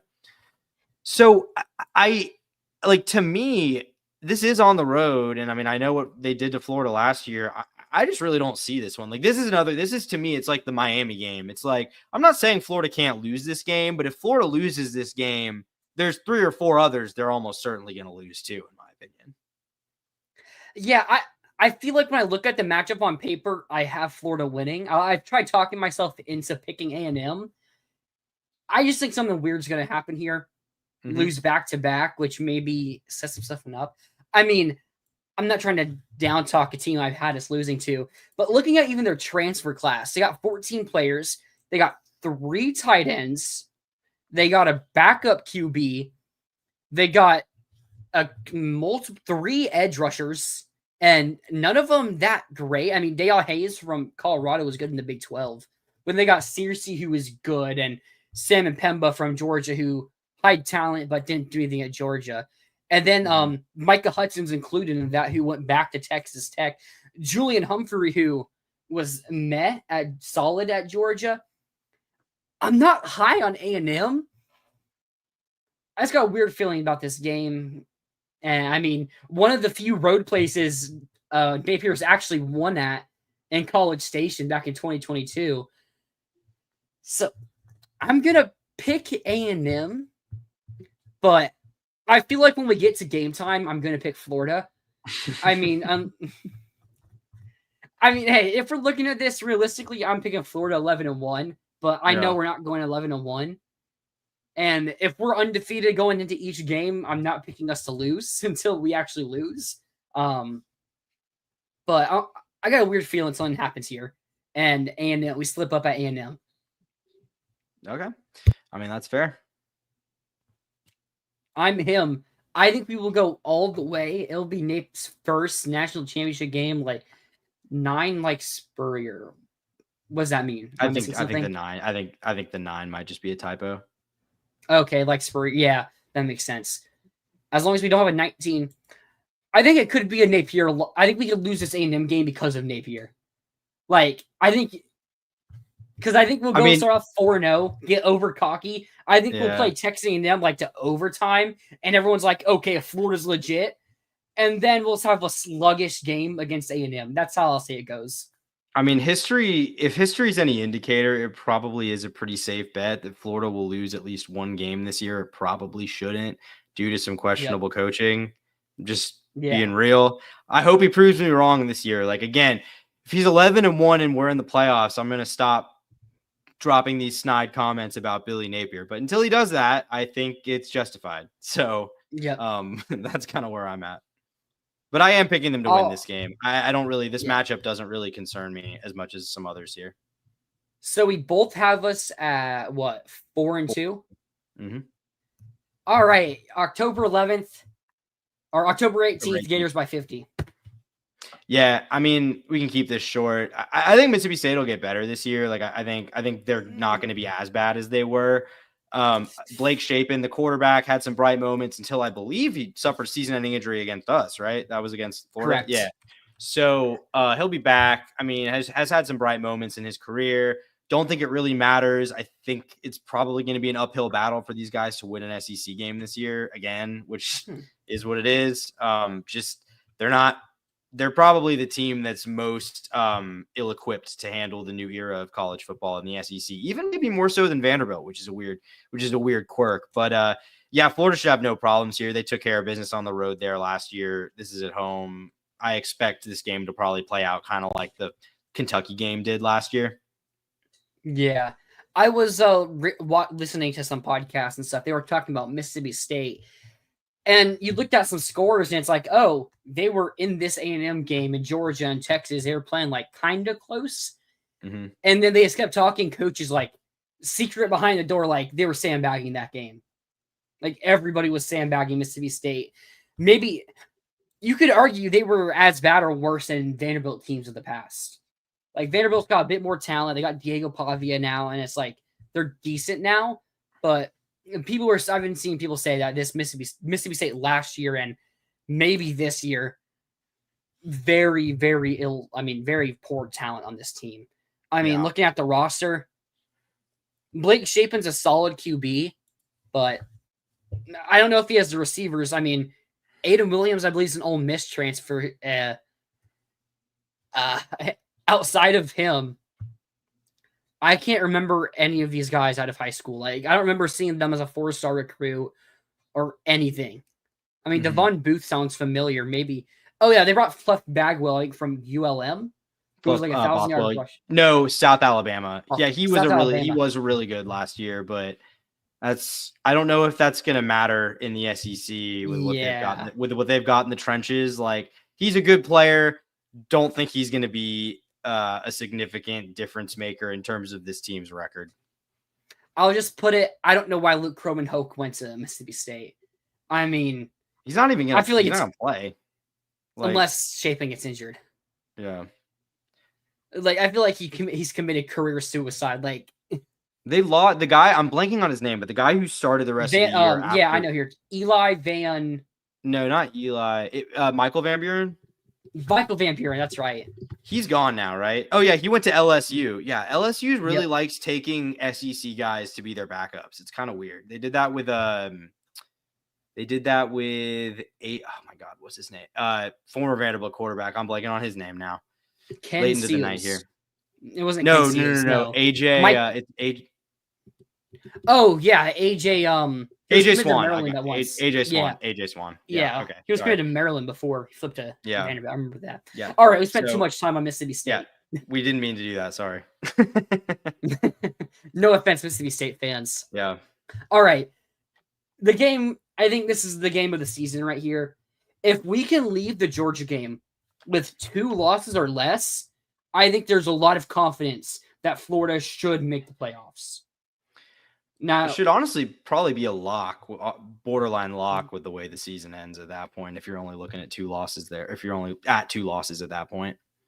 After this game, right? I mean, I think Florida is destined to beat Georgia this year. I've talked to some Georgia fans, actually, and they believe this as well. They think Georgia is going to lose to Florida. Okay. It's weird because they've still recruited like top 3, top 5 every single year. I think they're like second this past year as well. It's like Georgia's still acquiring elite level talents. But if you look how much they lose in the transfer portal, A.J. Harris is now the number 1 corner at Penn State instead of being the number 1 or number 2 corner at Georgia. They keep losing so much of their depth because of NIL. I heard Kirby Smart the other day actually just went crazy at the boosters and everything because he doesn't have the money to stack talent like he could before NIL took place. And I look at their defensive line specifically, outside of Kristen Miller, who is a really good nose tackle. The rest of the D line, like Xavier McLeod, or no, I think he's a D tackle. Xavier McLeod, I think, is a nose tackle. One of them is flipped. I can't remember. McLeod, I don't know how to pronounce his name. Probably was like a McLeod. Okay. Mid 4-star, has no stats, projected to start. I'm forgetting their DN, but it's like very similar, a little bit higher rated out of high school. It's unproven. Mm-hmm. Like, I think we should be able to run on them. Our run game should work pretty well. I'm trusting Lagway offensively, and Gunnar Stockton, I don't think is it.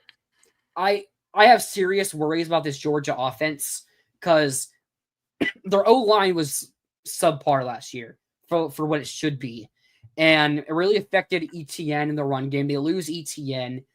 They lost, was it Branson Robinson or Roderick Robinson? I can't remember in the portal. He went to Georgia Southern, Georgia State. So they don't really have a proven running back. They have, what's his name? Who was a freshman last year? Nate Frazier. Nate Frazier, who was pretty solid. But I don't think he's going to be able to overcome having a below Georgia average offensive line. And Gunnar Stockton, I already mentioned, I don't think he's that good. Noah Thomas is solid, went 500 yards last year or something like that. But he's not going to elevate your QB. And Branch, Branch is probably in a similar light to Trey Wilson. They have similar stats throughout their 2 seasons. Branch has played a bit more games, stayed a bit more healthy. But again, I don't think he's going to be enough to elevate an offense, to carry an offense. Mm-hmm. And it feels weird doubting Georgia right now because Kirby Smart, since 2017, has had this as a top 5 team every single year. But I don't feel it right now in Georgia. And I think it's a perfect opportunity for Billy to end the, 4-game losing streak now? 1, 2, yeah, 4. And like 7 of the last 8 or something like that. Yep. Yeah, we've only beaten once since 2017, and it was 2020. So I think last year was the prelude to what's going to happen this year. And I wouldn't be surprised, if we had a little spice on it. Yeah, I mean, so I'll say this. I had this as a loss the first time we did this. I'm keeping it as a loss just because it's kind of I need to see it. Like, I just need to see it to pick That's it. fair. The way that Kirby's got this, the way that Kirby's teams usually play in this Florida game, and just the way that he's had this program's number in all years except for 2020, which 2020 just for so many teams in so many ways was such an outlier season. It's hard for me to like put a ton of credence in that. And then it's just like, so it's tough for me. But what I will say is this is like, of the 3 games I picked Florida to lose, this is the one that I reconsidered the most when we did this again. This was the one I was the most back and forth on, because really just as spring has gotten underway, I've kind of come to the same conclusion you did, which is just that this Georgia team doesn't look particularly impressive. I think I put them, so they're listed as number 4 here. I think when I did my rankings, I put them at like 8 or 9. I think they're still good. I mean, it's hard to say they're going to be like bad because they're so uber talented, but they don't have the proven experience. I don't really believe in Gunnar Stockton. I don't necessarily believe in these receivers. Like, I think there's a lot of weaknesses here that are uncharacteristic for Georgia since Kirby Smart has gotten it rolling. So I could see myself looking pretty stupid here if Florida comes out and wins this game, and this is just kind of more of a 9-3 Georgia team. Like, all of that seems very possible to me. It's just like, I still have to be like, what do I think is most likely to happen? I mean, honestly, I think what's most likely to happen is Kirby Smart beating Florida, but this is the closest I think it's been in the talent department in quite a long time. Absolutely. I mean, I just think we're destined to beat them this year, and I think we are more talented. I think we have the better players. Georgia has the best coach in college football still, in my opinion, and Kirby Smart. And I think a lot of Georgia's struggles are the fact that they can't keep up NIL-wise for what they want to do. Like, I saw someone made a comment saying Florida needs to hire our Kirby Smart, but what Kirby Smart made successful back from 2017 to this past season really was stacking talent by being an elite recruiter. And now, you still need to be an elite recruiter, but it's more about the money. And that's just how it is. And Georgia can still sell and get top 3 classes because you look at the NFL and they're producing all the top talent, the Philadelphia Eagles, really. I just don't think they have it this year. And I'm not predicting them to be bad, but I'm predicting them to be worse than us. And I think our team is going to come out with more fire. I mean, Kirby gets his teams ready for big games. I think ours is going to be a bit more ready, though. And I will say, like, I don't want to give Kirby I don't want to let Kirby off the hook completely, because I do think that there's been some questionable staffing moves here. I mean, I think the Mike Bobo OC hire, like, is really questionable to me. And I think the lack of an inability to modernize and develop the offense is a big reason why you've seen this program sort of stagnate a little bit. And now they have, I mean, I think say what you will about Carson Beck. I think you would stretch my belief to tell me that Gunnar Stockton's an upgrade over Carson Beck in spite of the up and down play that we saw last season from Beck. So, I mean, we'll see if the offense can take a step, but I mean, I think if Georgia is like 9-3 or 8-4, and like, it's like, wow, they've really fallen off, I think you could probably blame Mike Bobo in the offense. And just generally speaking, this program's inability to kind of adapt on offense. Really, since Stetson Bennett left. They don't go and get a quarterback in the portal. You're telling me that they prefer Gunnar Stockton over Fernando Mendoza, who went to Indiana? Like, yeah. Because I'm pretty sure he was either supposed to or did visit. I can't remember Georgia. Yeah, at one point it sounded like that was like a done deal, and then it didn't happen. Yep. So yeah, I don't know. I mean, maybe we're underestimating Gunnar Stockton. He was a top 100 recruit out of high school and everything. So, but like, I don't know. You just need a spark on the offense, and outside of Zachariah Branch, I don't see that spark. It's like we only saw Stockton for a game and a half against two really, really good teams, but nothing I saw in that game and a half was like super impressive. I mean, none of it was like an indictment, but none of it was also like, wow, this kid's going to be really good next year. This seems very, I don't know. This kind of feels like it's going to be Stetson Bennett before he actually became kind of good. You know what I mean? Mm-hmm. I mean, you remember that 2020 game? Who was the one Mathis? That was the backup they had. I mean, remember there was the clip of him on the sidelines throwing and he hit a team manager. I mean, and that game just got bad for Stetson Bennett and Mathis. I think Mathis threw a pick in that game as well. Like, who is Ryan Puglisi? I think could be solid. I've heard a lot of good things about him. But if he's not starting over Gunnar Stockton, then maybe not. I mean, maybe you wonder how short the leash is there. Like, is Gunnar Stockton still the guy by this game? Who knows? But I mean, I think right now it seems like they're rolling with Gunnar Stockton. So, yep. All right. So I'm trying to pull it up. My computer is being slow right now. The Kentucky depth chart. I talked to you about Mississippi State, and I said how the talent was so poor. The Kentucky roster is just as bad, and maybe even worse because Mississippi State has Blake Shapen.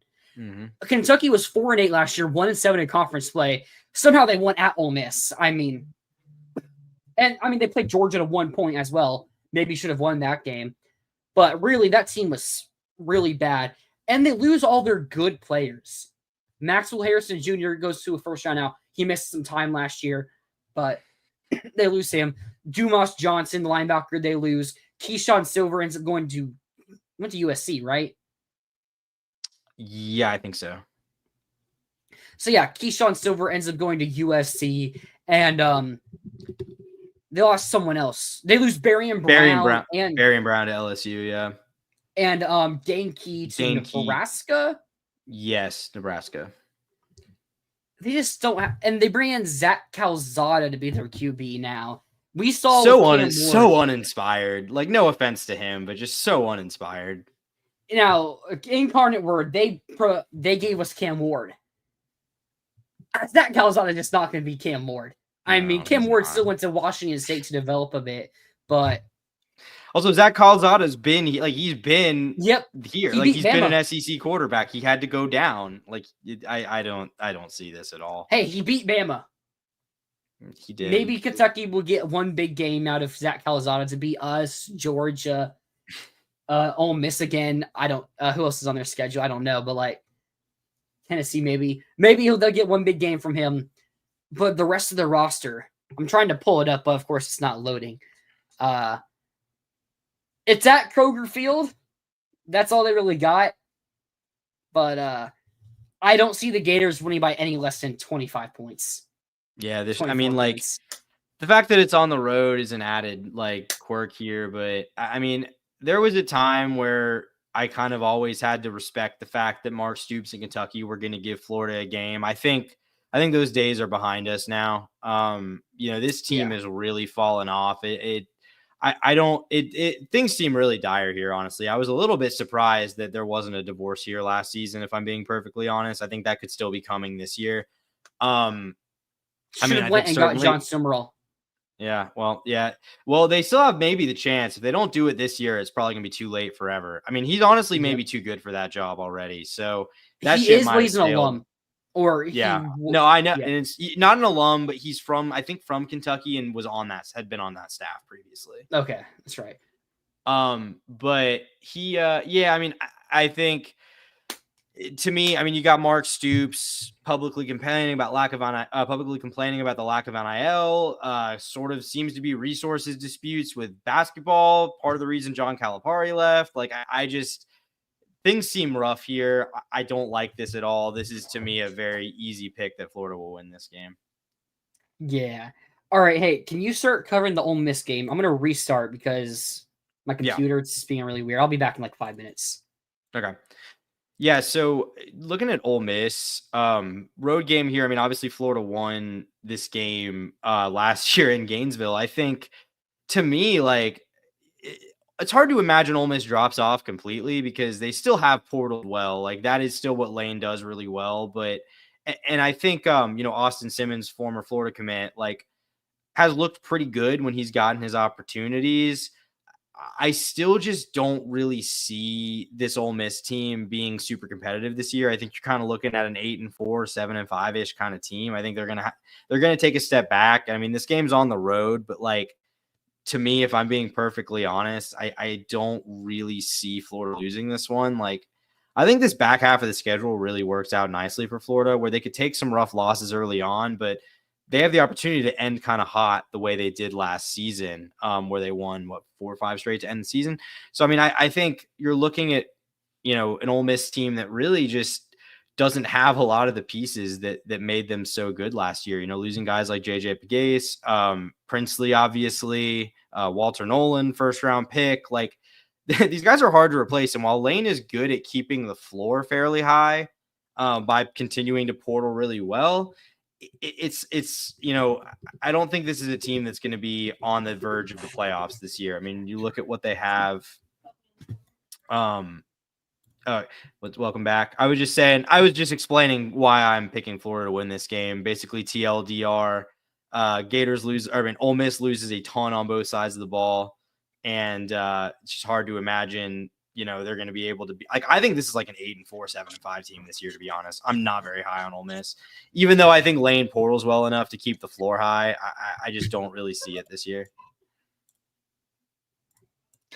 Yeah, I'm the same way. I don't really see it with Ole Miss this year. So, I think you Austin changed your Simmons mind because you picked Ole Miss the first time. I only picked Ole Miss because we got to this point, and I'm like, I'm not picking us to go 11-1. That was the only reason I picked Ole Miss in that game. So, like, this isn't really me changing my mind, but I'm taking the Gators. The defense has a lot of makeup to do after losing everybody from last season. So, it is at Ole Miss, and there is some revenge factor. We kept them out the playoffs. So maybe they come out with some fire and get an early lead, and maybe the Gators have to try to come back on the road, which won't be easy. But outside of that, I don't see it with this Ole Miss team. Okay, so we both have Florida at 7-3 I have them at 7-2. You have them you have them at 8-2. I have them at 7-3. Correct? Yep. Yeah. Okay. That sounds right. Okay. All right. So, next game. Oh, sorry. I was just gonna do the same thing. Yeah. November 22nd, Tennessee, third Saturday in September. What happened? Tennessee comes to Gainesville. Last year, a game that we should have won, no doubt in our minds. We should have won that game. That was like the Billy Napier choke job. Anyone who was everyone was really anti-Billy at that point. Even some of those who saw the progress in the team, even those who saw the progress in the team, they looked at that game and saw Billy lose it. I mean, Napier, Mertz fumbles on the 1-yard line in that game. Some interesting play call choices. Everything just goes wrong for Florida in a game they really dominated for the entire first half. Tennessee hasn't won in Gainesville since 2003, if I'm not mistaken. Yeah, I don't see Tennessee beating us here. They lose their best players on defense, Norman Law and James Pierce.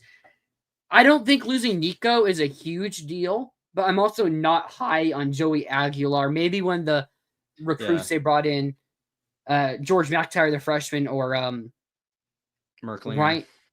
Jake Merklinger, the second-year player. Maybe one of them step up and take the starting job over and are good, but I don't see it offensively. They lose Cade Mays, their 3 or 4 year starting center. They lose Dylan Sampson. They didn't really have any weapons. Maybe Mike Matthews steps up, who was a highly rated recruit, but again, I just don't see it with them. I think the Gators win. I think this might be like a closer game. I think the Gators could get a bit shocked early on. I can see Tennessee coming with some emotion. Yeah, I mean, I don't think this is going to be like a dominant Florida win. I do think it's going to be a Florida win. And honestly, this is the win or the game I had pinned in as a win that I have seen my confidence increase the most in, because we did this before the Nico saga. And I agree with you. Like, I wasn't super high on Nico, but I think what you said after that was the main point. It's more about what their replacement situation is looking like. I'm not high on Aguilar at all. And I'm not high on Aguilar at all. And I think, to me, like, I look at this Josh Heupel passing offense that was so highly regarded early on in his tenure there, and it's just kind of been completely diminishing returns since then. You know, like, they seem to be getting worse year after year in terms of the passing game, and the defense that was actually really good this past season lost a lot of its pieces. The run game, which kind of carried the team offensively, at least, you know, we'll see what it looks like with some, you know, with Dylan Sampson gone, obviously. So, like, I don't really see it. I mean, like you said, there's an entire, you know, most of a generation's worth of legal adults on this planet who have never seen Tennessee beat Florida in Gainesville. So, you know, to me, it's like, I don't really see that changing this year. I think, you know, this to me is more like the kind of matchup where Florida won in 2023. Like, I think they're going to be able to slow this offense down, and I'm not sure they're going to score a ton, because I think Tennessee defensively might still be pretty decent, but I just don't really see how, like, this to me seems like a game where if Florida gets to this point in the season and it's sitting at 8-2, sitting at 7-3, like, I just don't see any reason you should lose this game, because I don't think it's one you'll look past. It's still a rivalry game at home, you know, in November. And if you're in playoff position, I mean, we'll get to FSU, but this really is the final, like, you got if you win this game, like, it's more or less winning in if you can take care of business against an FSU team. Yeah. So we both got Florida. We had Tucker on from the Tennessee channel last week. He talked about it. He said he also has Florida in this game. Now, he's a bit higher on Tennessee, of course, as a Tennessee fan. But if we're as good as we both think we will be, I have us a little bit better, but we shouldn't lose to Tennessee, whether they're ranked or not. What is Tennessee's schedule actually to that point? They they have a really interesting game. They play Syracuse, I think. We're going to talk about that in a little bit, actually. But, I mean, like, right before they play us, they have Oklahoma November 1st, and they have a bye week, New Mexico State, and then at Florida. So they have a little bit easy. They have an easier of a schedule because they get a bye week before the New Mexico State game. So they're going to be a bit more well-rested compared to us having to go to Ole Miss and going to Kentucky. So maybe that's something you could factor in there. But if we want to be a playoff team, we cannot lose that game. Yeah. And I mean, I think, you know, if both of us are right at this going into this game, Florida will be either like comfortably within the field or at least like on the playoff bubble. Yep. All right. Okay, I'm trying to load up the depth chart, and that's weird. Maybe the site's just down. It wasn't my computer. Okay. Looks like the site I use is just down. All right.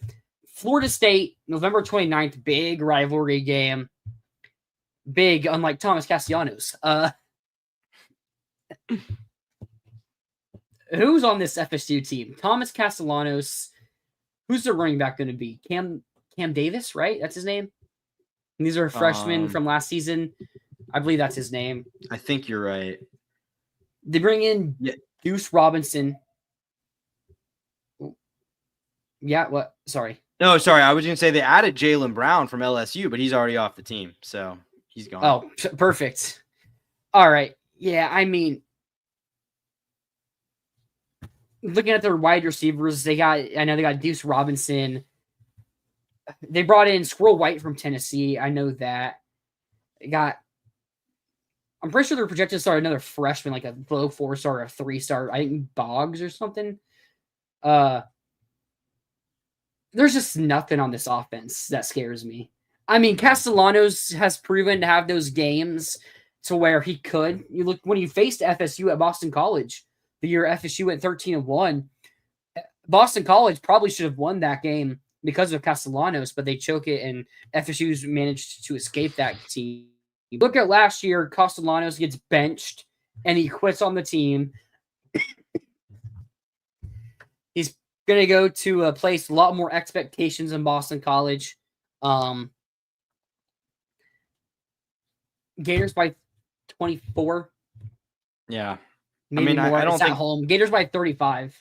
Yeah, I don't think this is like a 2-10 FSU team. Probably, like I don't think they'll be that bad. No. But it's hard to see why they would take a massive leap. I mean, I think you're still looking at like a 6-6, maybe 7-5 at best team here, and I don't think that's going to do it in Gainesville. I mean, I'll tell you this: if you're in playoff position, you lose this game to end the year, and that's why you don't make it. Would not want to be Billy Napier that Sunday after Thanksgiving. But yeah, I don't see that happening. He's still there. He's still there. Honestly, less inspiring. Well, like one of those transfers from last year that they added and kind of got hype and just didn't really do anything. I think, Castellanos is, to me, like he's kind of fun, but he's more exciting than he is good. Like he has his moments, but it's not really consistent quarterback play. So I don't feel great about it. I don't see it with this team. And, we saw what Florida did to him in Tally last year. Like, this game's at home. I don't think Florida have any issues. Offensive line, I mean, they have Lucas Simmons, who was a highly rated freshman, but I was reading some boards, and they say he still isn't ready, which, going to year 3, and I don't think their offensive line is any good at all. I mean, Richie Leonard, Florida's transfer, didn't play last year in our game because of injuries. Gators by a lot. I don't really want to get into it too much. We got some other stuff to do. But you have us at 9-3. I have us at 10-2. I think both of those records make the playoffs. My record might have us in the SEC championship game. Yeah. Well, I was going to say, I think 10-2 for sure. I think 10-2 for sure. I think if it's what I say, I think if it's what I say, I think it's kind of, I think, but I'm saying if it's how I have, if it's 9-3 in the way I predicted it, I think it's kind of borderline, because the problem is there's not really, barring something surprising, like a really impressive win that I have in there for the Gators. I think if you combine the fact that you're winning at Ole Miss, at Texas A&M in yours, and at Miami, like 3 good road wins most teams in the country wouldn't be able to do. That's the thing. I think if you go 9-3, you probably do need a win against Texas, LSU, or Georgia. Mm-hmm. Like I said, if you go 10-2, if you're 2 losses after the Georgia game, you're probably in, because you can afford a loss to like at Ole Miss or maybe home against Tennessee, because you'll have a win against LSU, Texas, or Georgia in that situation. But I don't know. It would be interesting. I don't know. I guess my thing is, I don't think like Miami, Ole Miss, or Texas A&M. Like, I'm not sure any of those teams are going to finish in the top 20. So if you don't have a win outside the top 20 and you're 9-3, then it maybe becomes difficult. Like, I think 9-3 gets you in if you beat a Texas or beat a Georgia or beat an LSU and they're as good as people think they are. I don't know if it does the way I say it. I think then you're kind of sweating going into selection. Obviously 10-2, I think you're sitting fine. A lot. Potentially even maybe playing a home playoff game first round, depending on how things break around you. Yeah, you probably would be. I mean, and maybe playing the SEC championship game, trying to play for a bye. I don't know. Yeah.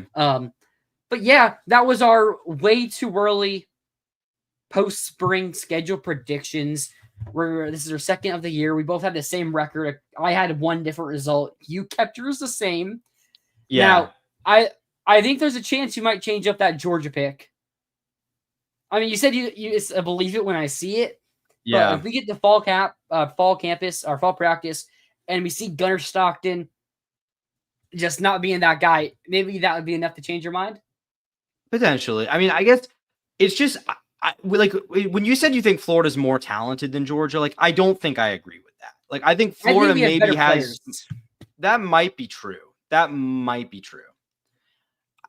I guess I just am still hung up. Like, I still think I have a lot of questions for Florida, and like literally a single injury, depending on where it's at, could derail this season for the Gators. Like, this defense could be derailed by an injury or two. So that makes me nervous. And I think you just kind of have to assume that guys are going to emerge for Georgia. Like, even though we look at their depth chart and don't see guys that are standing out to us right now, I mean, these are still, blue chip guys that Kirby, recruited and developed, some of them are probably going to end up being pretty good, even if we don't really know who they are right now. Yeah. I'm a bit hung up on last year's game. I fully believe that we win that Flagway doesn't get hurt. And my mindset, I don't think they're as good as they were last year. And I think we should have won with Flagway. And I think we're better than we were last year. I got us winning. I mean, we'll see. We'll see. All right, let me do this real quick. What should I have? Check out the Voice of College Football website today. You have an article here. Tyler Natuno was trying to bring it up earlier. They had to talk about the Syracuse-Tennessee game, how it's being overlooked week 1. So you have a lot of good games week 1, LSU, Clemson, Alabama, Florida, Baylor, Auburn on a Friday, Texas, Ohio State. How did I not mention that first? But the Syracuse-Tennessee game kind of sliding under the radar. Fran Brown and Syracuse going 9-3 year 1. Really, Fran Brown really electric on the recruiting trail for Syracuse. It's tough to finish, but he's getting Syracuse in the top 3s, top 5s for a lot of players here in the South, which is unknown to Syracuse football. They went and got Demetrius Samuel, who was once a Florida commit, decommitted, flipped to Syracuse. He said he's going to start, and he's only 16 years old at this time. So that's something interesting to keep an eye out. We got the next Ryan Williams, but a corner. But Matt Zemek here at the Voice of College Football wrote an article. You can go check out the website. Bunch of articles released every single day. They also have the schedule of when each show is going to go live for that day. Really, it's really convenient, real easy to use. Check it out. Man, this is a long show we got here, and we still got has been long. A good amount of stuff to cover left. It's nice to have a long show during this time period when things are so boring, though. Waiting for football season. First official visit weekend. Oh, probably should take this off the screen. There we go. First weekends of official visits have concluded. Something interesting about this weekend, though, was it originally wasn't supposed to happen. From my understanding, the only reason we hosted official visits this week was because it was the only opportunity we could get Felix Ojo to take a visit. That just shows how high and how much they think they can land Felix Ojo. I mean, let's just start out there with Felix Ojo. 5-star offensive tackle, number 7 player in the 247 composite, number 2 offensive tackle, number 1 on 247's individual rankings. Just to start off, I have a hard time seeing him not going anywhere not named Texas. Mm-hmm.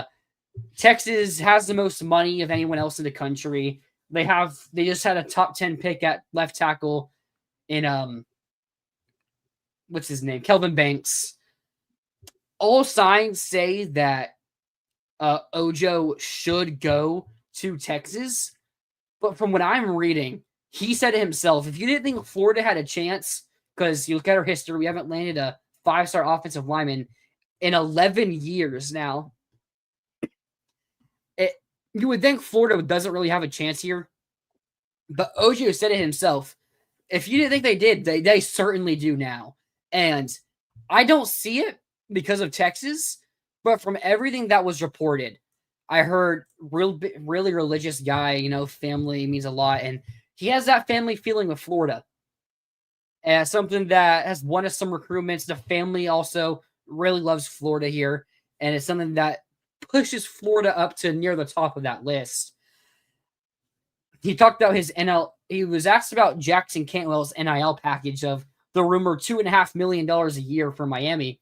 He said, hey, if that's what he's got, that's great.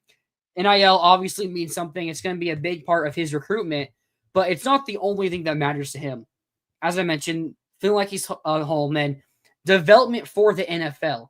Something he mentioned because, hey, that $2.5 million can be great at Miami in year 1.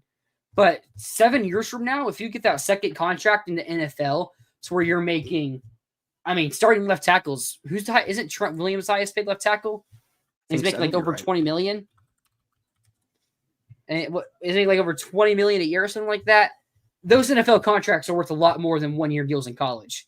And you look at Florida's track record of producing 2 All-Americans here under Rob Sale and Jonathan DeCoster. both in the interior, but Austin Barber is a guy who's looking to develop as a possible first or second round pick, maybe one of the best tackles in the country. Florida can sell on production.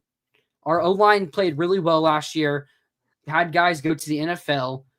They have a legitimate sell here to Felix Ojo.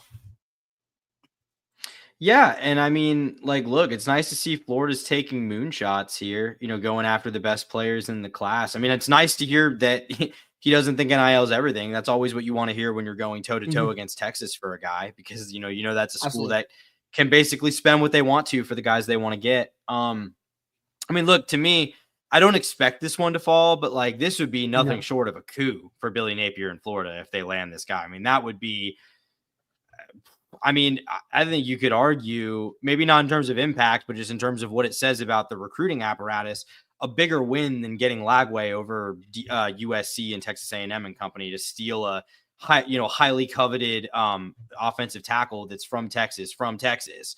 Like those guys almost always stay in state and go to Texas, or at least A&M. So if you win that battle, I mean, that's huge. We'll see. I think it's kind of a double-edged sword with guys like that. And this kind of goes for all the guys you got this weekend that are high level, kind of guys you're making up ground for. Is it good that you got them in? You got the first word in with them? Like, sure, because now you have the opportunity to sway them, but they're going to go visit a lot of other schools in these next couple weeks. We'll see if that remains the case, when they're 4 weeks removed from their visit, if they're still uncommitted by then. But I mean, I think it's nice that Florida got in. Like, it sounds like they're at least making the case and putting themselves in the running there, even though they probably still have some ground to make up. He said that one thing Florida really was talking to him about was the opportunity to play early. Losing Austin Barber after this year, we'll see how Bryce Levette plays. There's at least going to be one tackle spot wide open. Now, we have guys that we like in Fletcher Westfall, Caden Jones. They're at and Tavares Dice maybe at that point is also contending. But you don't have that elite name, that elite high school prospect or guaranteed starter. Maybe Bryce Levette just can't play tackle and is a way better guard, and he has to move back inside. But they're really selling him on the opportunity to work his way to play early. He even said, even if it's not as a starter, just getting in the rotation would mean a lot to him. And he mentioned if Florida had a competitive NIL offer for him. So, I mean, I don't know what that means. Is it close to Texas? I don't know. Has Texas made their offer? I don't know. But it sounds like we're really trying to go out there and land this guy who would be the highest ranked recruit Billy's landed next and rated the same as DJ Lagway, but is also an offensive lineman, which we just don't land at this level. Yeah, and I mean, I'll just say, maybe Florida doesn't have the money to spend with the big boys in the sense that they can't give those contracts to all the top guys they're going after. But as we saw with Dallas Wilson, they can at least do it for the guys they really want to pick and choose, like the guys that they really want to make a priority. They can go and make a competitive offer. I mean, I don't know if their offer was bigger than Oregon's. It kind of seems like Oregon just sort of backed out of that bidding war eventually. But I mean, the fact of the matter is they started a bidding war with a program that has a Nike billionaire funding their NIL operation. And with Texas, it's oil billionaires. So you can do it. I mean, so they're capable of doing it. We'll see if they can make it happen for him. But like, to me, if there's a player in this cycle you're going to try to make it happen for, I feel like this one's as good as any, getting a top 10 overall offensive tackle, offensive line player, the likes of which the Gators haven't had in a really long time. Absolutely. All right, the next big name here, one we're more likely to land than Felix Ojo. We're gonna talk about Chauncey Keenan. What is he? Is he in the 60s on 247? Isn't he? He is. I just had it up. Hold on. Yeah, he's 68, top 10 corner. 68. He's a number 9 corner. Yeah, on the On3 industry rankings, he's 47th. So Rivals 247's own rankings have him as a 5-star though. 247's own rankings, he's top 30. Yep. I mean, just a decent bump from Rivals, and he's up to a 5-star probably because he's 236 on Rivals.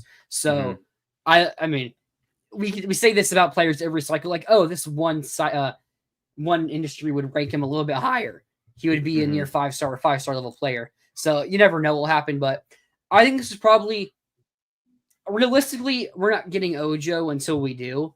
This is probably the most important recruit here.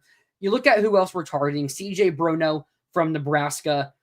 I think he's like 101st or something in the composite. High-level guy.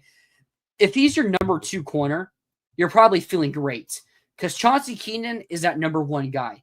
You look at Florida's history of recruiting like top 50 level players at corner. You go back to C.J. Henderson and Vernon Hargraves, Yeah. Tyre Elam, Jason Marshall as a freshman. There was guys that were able Tabor, to Tease Tabor. They were able to compete year one and be top all SEC level players. And you go here, Chauncey Keenan, you get Ben Hanks. I think there's a little bit more development with Ben Hanks because of his size, or he's put a bit more weight on compared to the rest of these guys. But I think you could still see Ben Hanks get some playing time early on. But Chauncey Keenan, probably that guy again that can be that elite corner that you bring in and helps reestablishes Florida as DBU, which is a conversation we haven't had in a while for UF. But there was that talks back like 2019 prior with LSU, Florida, really battling, comparing the kids from Florida and Louisiana as like, oh yeah, this is the true DBU.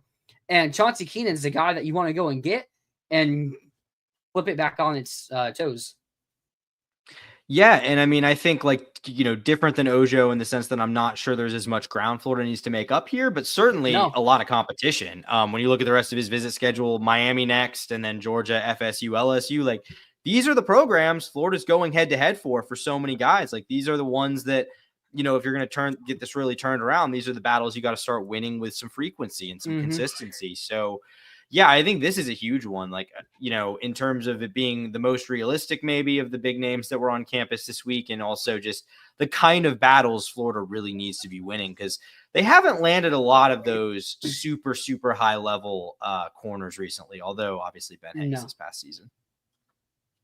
No. What's the word on him is so surprisingly, a lot of people thought Georgia and LSU were leading, but after the visit, he said that the three Florida schools are where he's mainly focusing right now: Florida, FSU, and Miami. He's still taking the visits to Georgia and LSU, two schools you can never count out.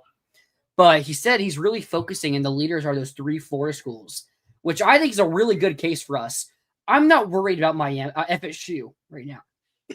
Any top-level recruit, I have zero worry about FSU. Yeah. They could land him. I could still expect him to flip. I mean, we saw at the end of last cycle where their class just fell apart, and it wasn't elite to begin with, where they just lost anybody they had that was good.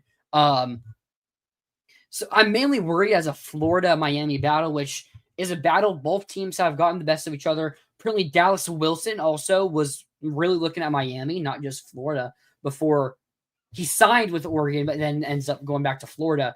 But it's a battle that Miami's probably gotten the better of Florida at, especially for these higher level guys. So it's not easy, but I think there's the opportunity for Florida to really go out and land another star-studded corner that could be a 5-star player. And you look at that Florida-Miami game. Now, last year, Miami beat Florida. Florida still ended up on top in the recruiting battle. If Florida beats Miami, I think there's a good chance Florida ends up on top again, even though they lost the previous year. I think there's a good chance.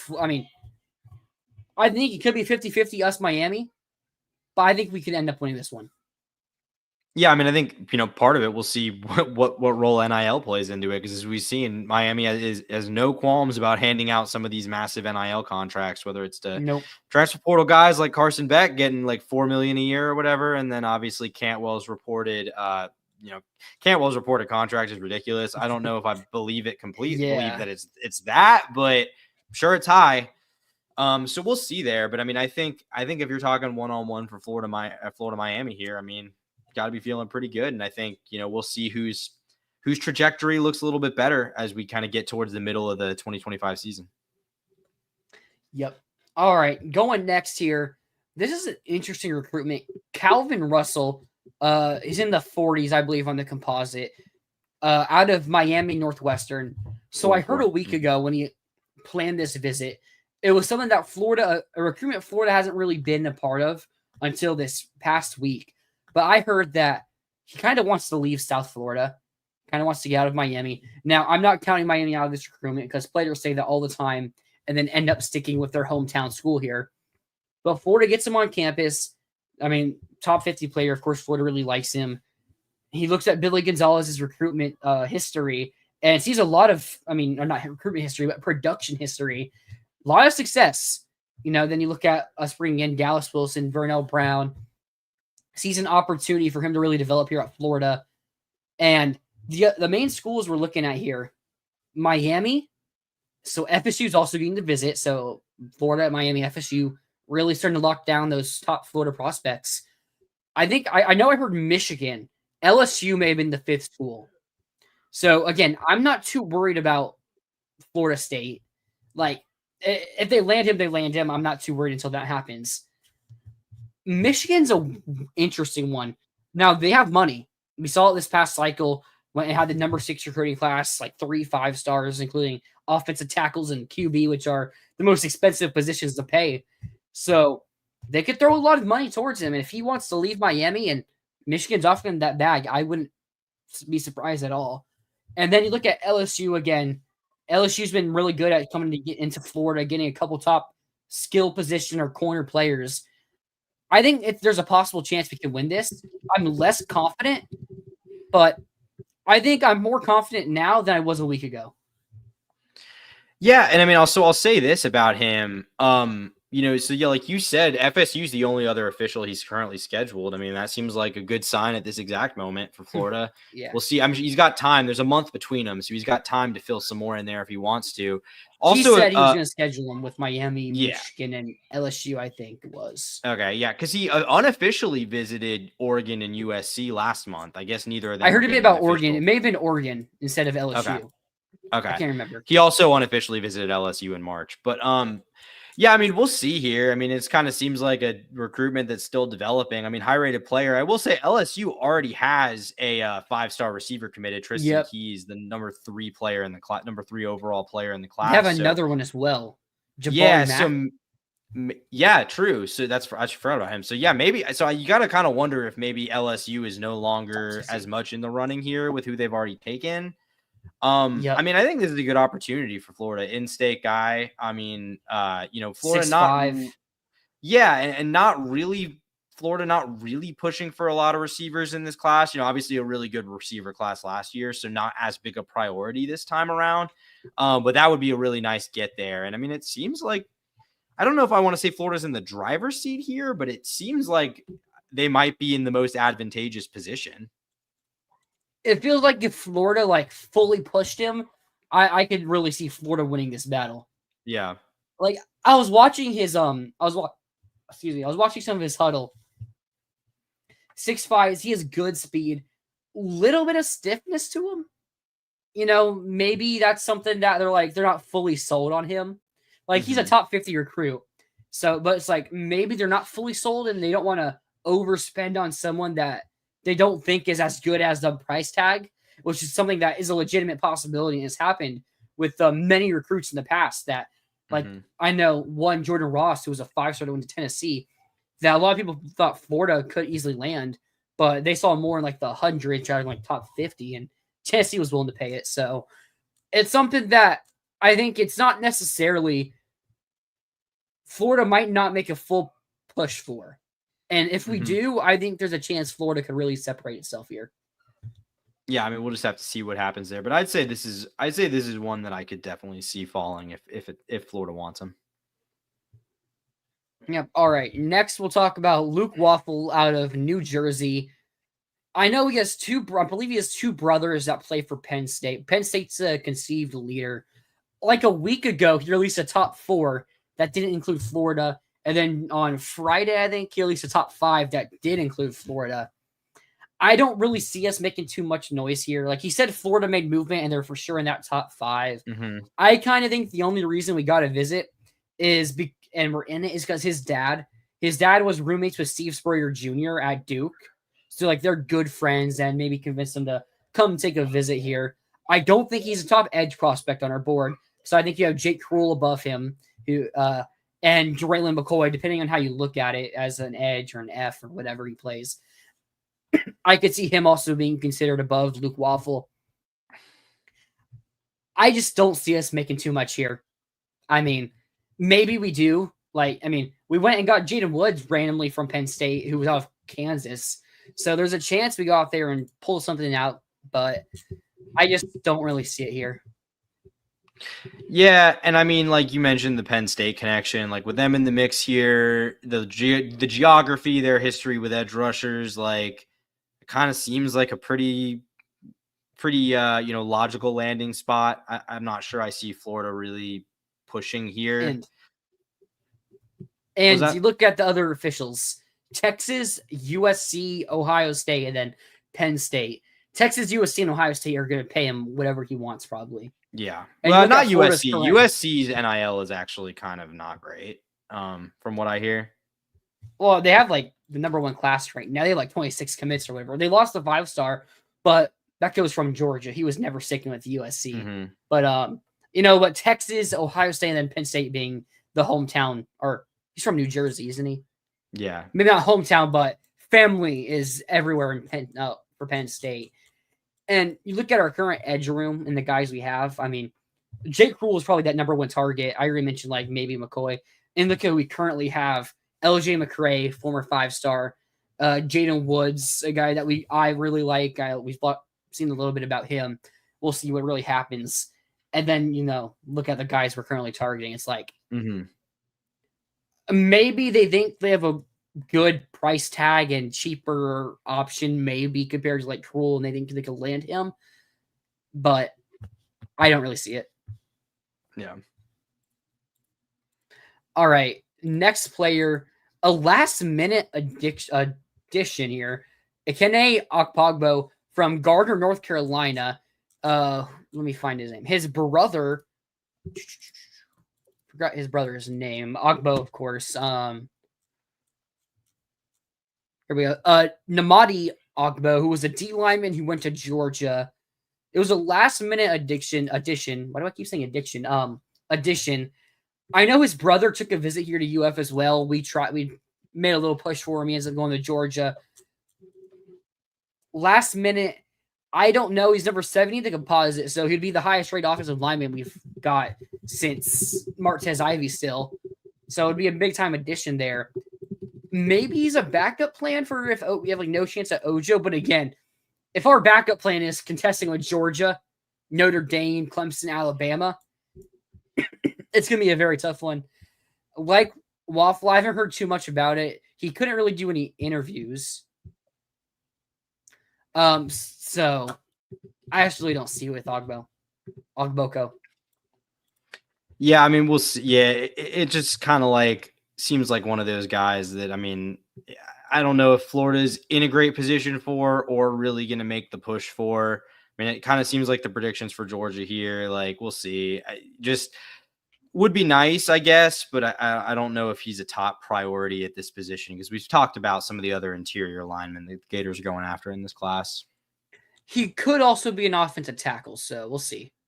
Mm-hmm. On 3 has him as an OT, 2% as an interior. We'll see what happens. What's his size? 6'6", 280? 6'6". Yeah, that's a little borderline. Yeah, that could definitely be tackle. Yeah.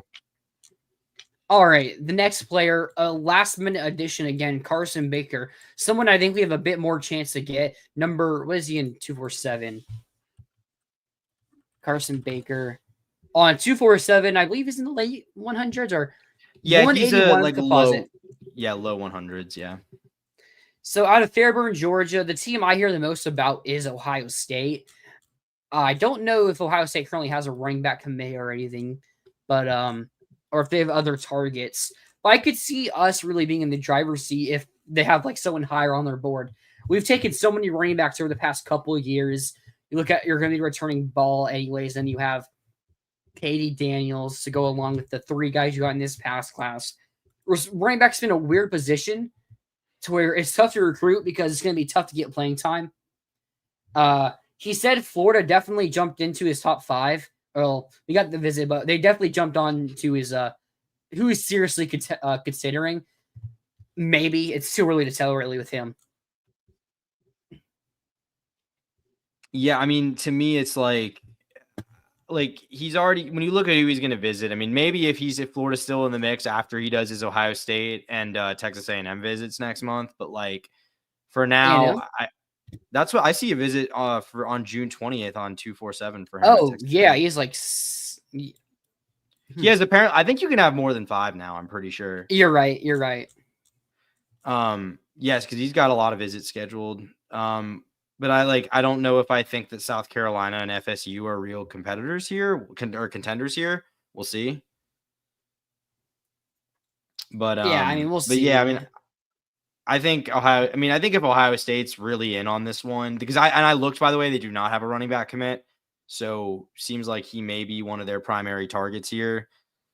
I mean, we'll see. Like kind of like you said, not necessarily a guy that was really on my radar. Savion Hitter, I know they're going after. Okay. Savion Hitter. So if it's probably like if they get him, then they'll probably like move on. But if they don't, then he's probably their backup option. Mm-hmm. And I mean, also sometimes you'll just take 2 running backs. That's not necessarily. Yeah, that's also the case. Yeah. So certainly something Florida's done before. Yep. All right. Jamir Perez, we already talked about earlier in the show. He was our last commit.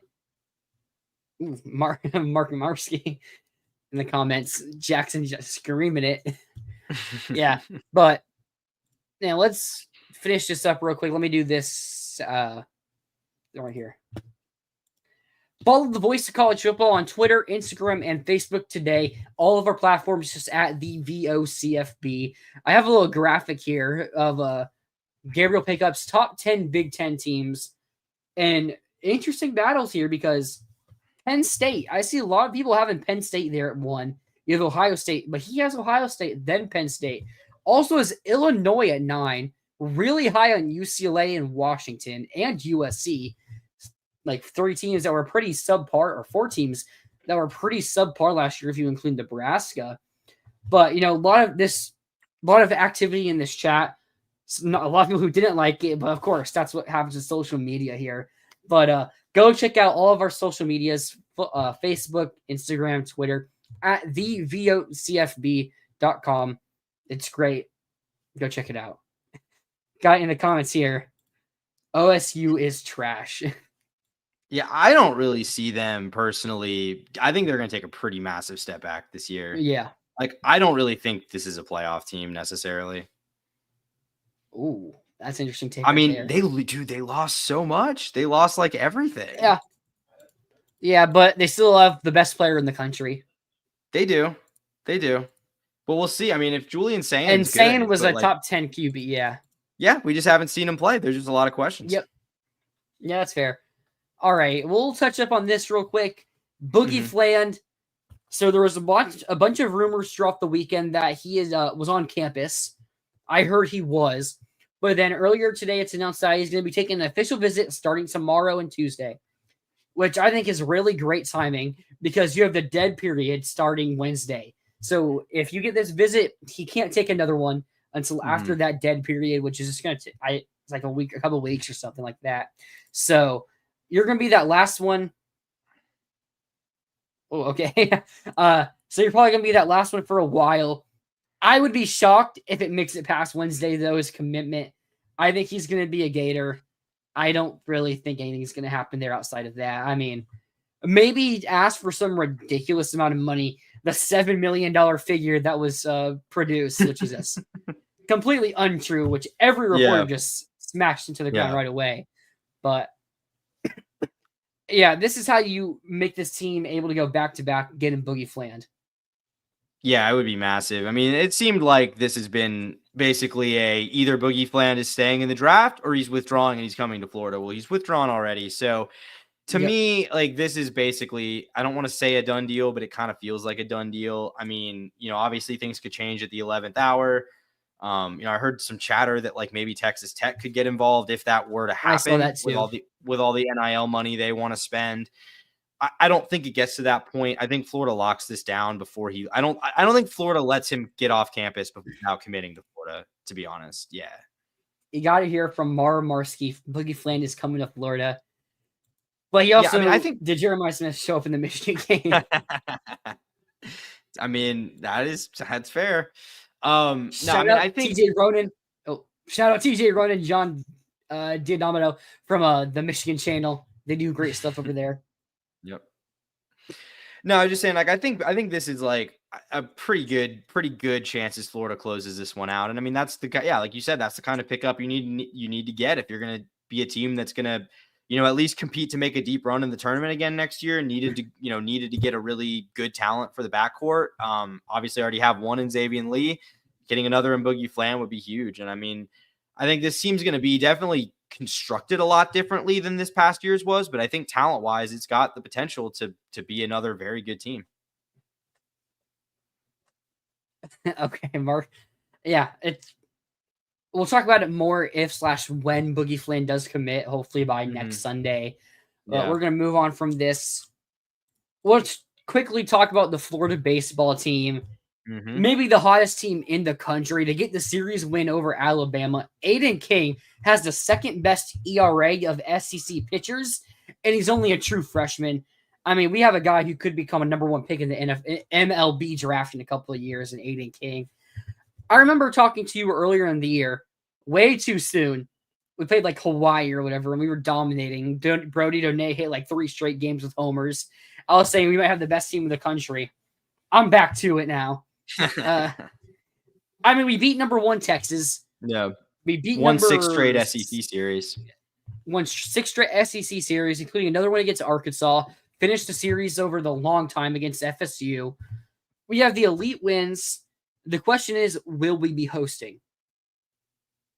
I think it's looking pretty good. Frankly, it was possible even if you didn't win that series over the weekend against Alabama. I mean, the metrics would indicate yes. I mean, I think this team's playing really hot right now. It'd be hard to argue. It'd be hard to hold losses from 2 months ago against them with the way they're playing right now. I think, Rob, that is why I'm a little bit less optimistic on this team's ability to make a really deep run than just because Heyman, that really hurts. But I will say this, the baseball postseason is way more about pitching than it is about hitting. And Florida's pitching is at the highest level it's been this whole season. I think this team's better suited to win a super regional than it is to win a regional. I think a best of 3 series is really where Florida's strengths are at right now. But I mean, you got Aiden King, who I think is going to be, he's already really good. I think he's going to be elite next year. Liam Peterson obviously playing really well, despite kind of getting unlucky for a couple weeks in a row with the weather. And then, even Pierce Coppola back in the fold, been injured, had a really good 3-inning showing on Friday. Wasn't enough to get the win because of what happened after he left, but he was really great. So him coming back and pitching at a high level, even if it's just in kind of an opener capacity, that's huge. Yeah, you have Tybo getting hot like he does here going into the tournament. Team that, again, is going to be really exciting to see it getting hot at the right time. Can we make it, 3 straight years to Omaha now? Maybe this will be the year we take it. A year that no team has ever made it to the NCAA tournament after starting 2-10 or worse in SEC play. We started 1-11, and now we're competing for a regional. Only problem is, if you're 16, you're gonna be facing the 1 in the supers. So yeah, but I'm not worried. The one might be Texas. Yep, I know Texas just got somebody back recently though. That one of their better players that missed our series, but you gotta have all the confidence in the world for this team right now. Only the Clemson transfer, what's his name? Pitcher. Billy Barlow. That's the only issue about this team. That's the reason we lost game 2. But I think it's just about getting, being able to use Jake Clemente when you want to, because he's been so good in that closer role. It's just about, hopefully you don't have to burn him too early in a regional. That's where you could get into trouble. Yep. Gotta throw him like we did Neely last year, where Neely was just excellent as a closer. But that being said, this I think is our longest show we've ever done here. 2 hours and 38 minutes. My voice is going to be fried, but we'd like to thank everybody who joined the show. Tyler, do you got any final thoughts? Not really. We covered a lot of ground. I feel like we were pretty thorough in tonight's show. But no, I think we're just kind of continuing to, make sense of the off season. It's winding down faster than it feels like. And, pretty soon we're going to be kind of getting in the swing of things of fall camp and all that. It's not all that far away. SEC Media Day is coming up. There's all this stuff not too far away at this point. So, yeah. Yeah, I think recruiting's starting to heat up. I think that first May 30th, that what was supposed to be the first official visit weekend, I think we could be looking at multiple recruits that weekend, and that's when things get really exciting. But with that being said, I'd like to thank everybody for joining. We hope you have a great week. We'll see you next Sunday at 7 p.m. And as always, go Gators.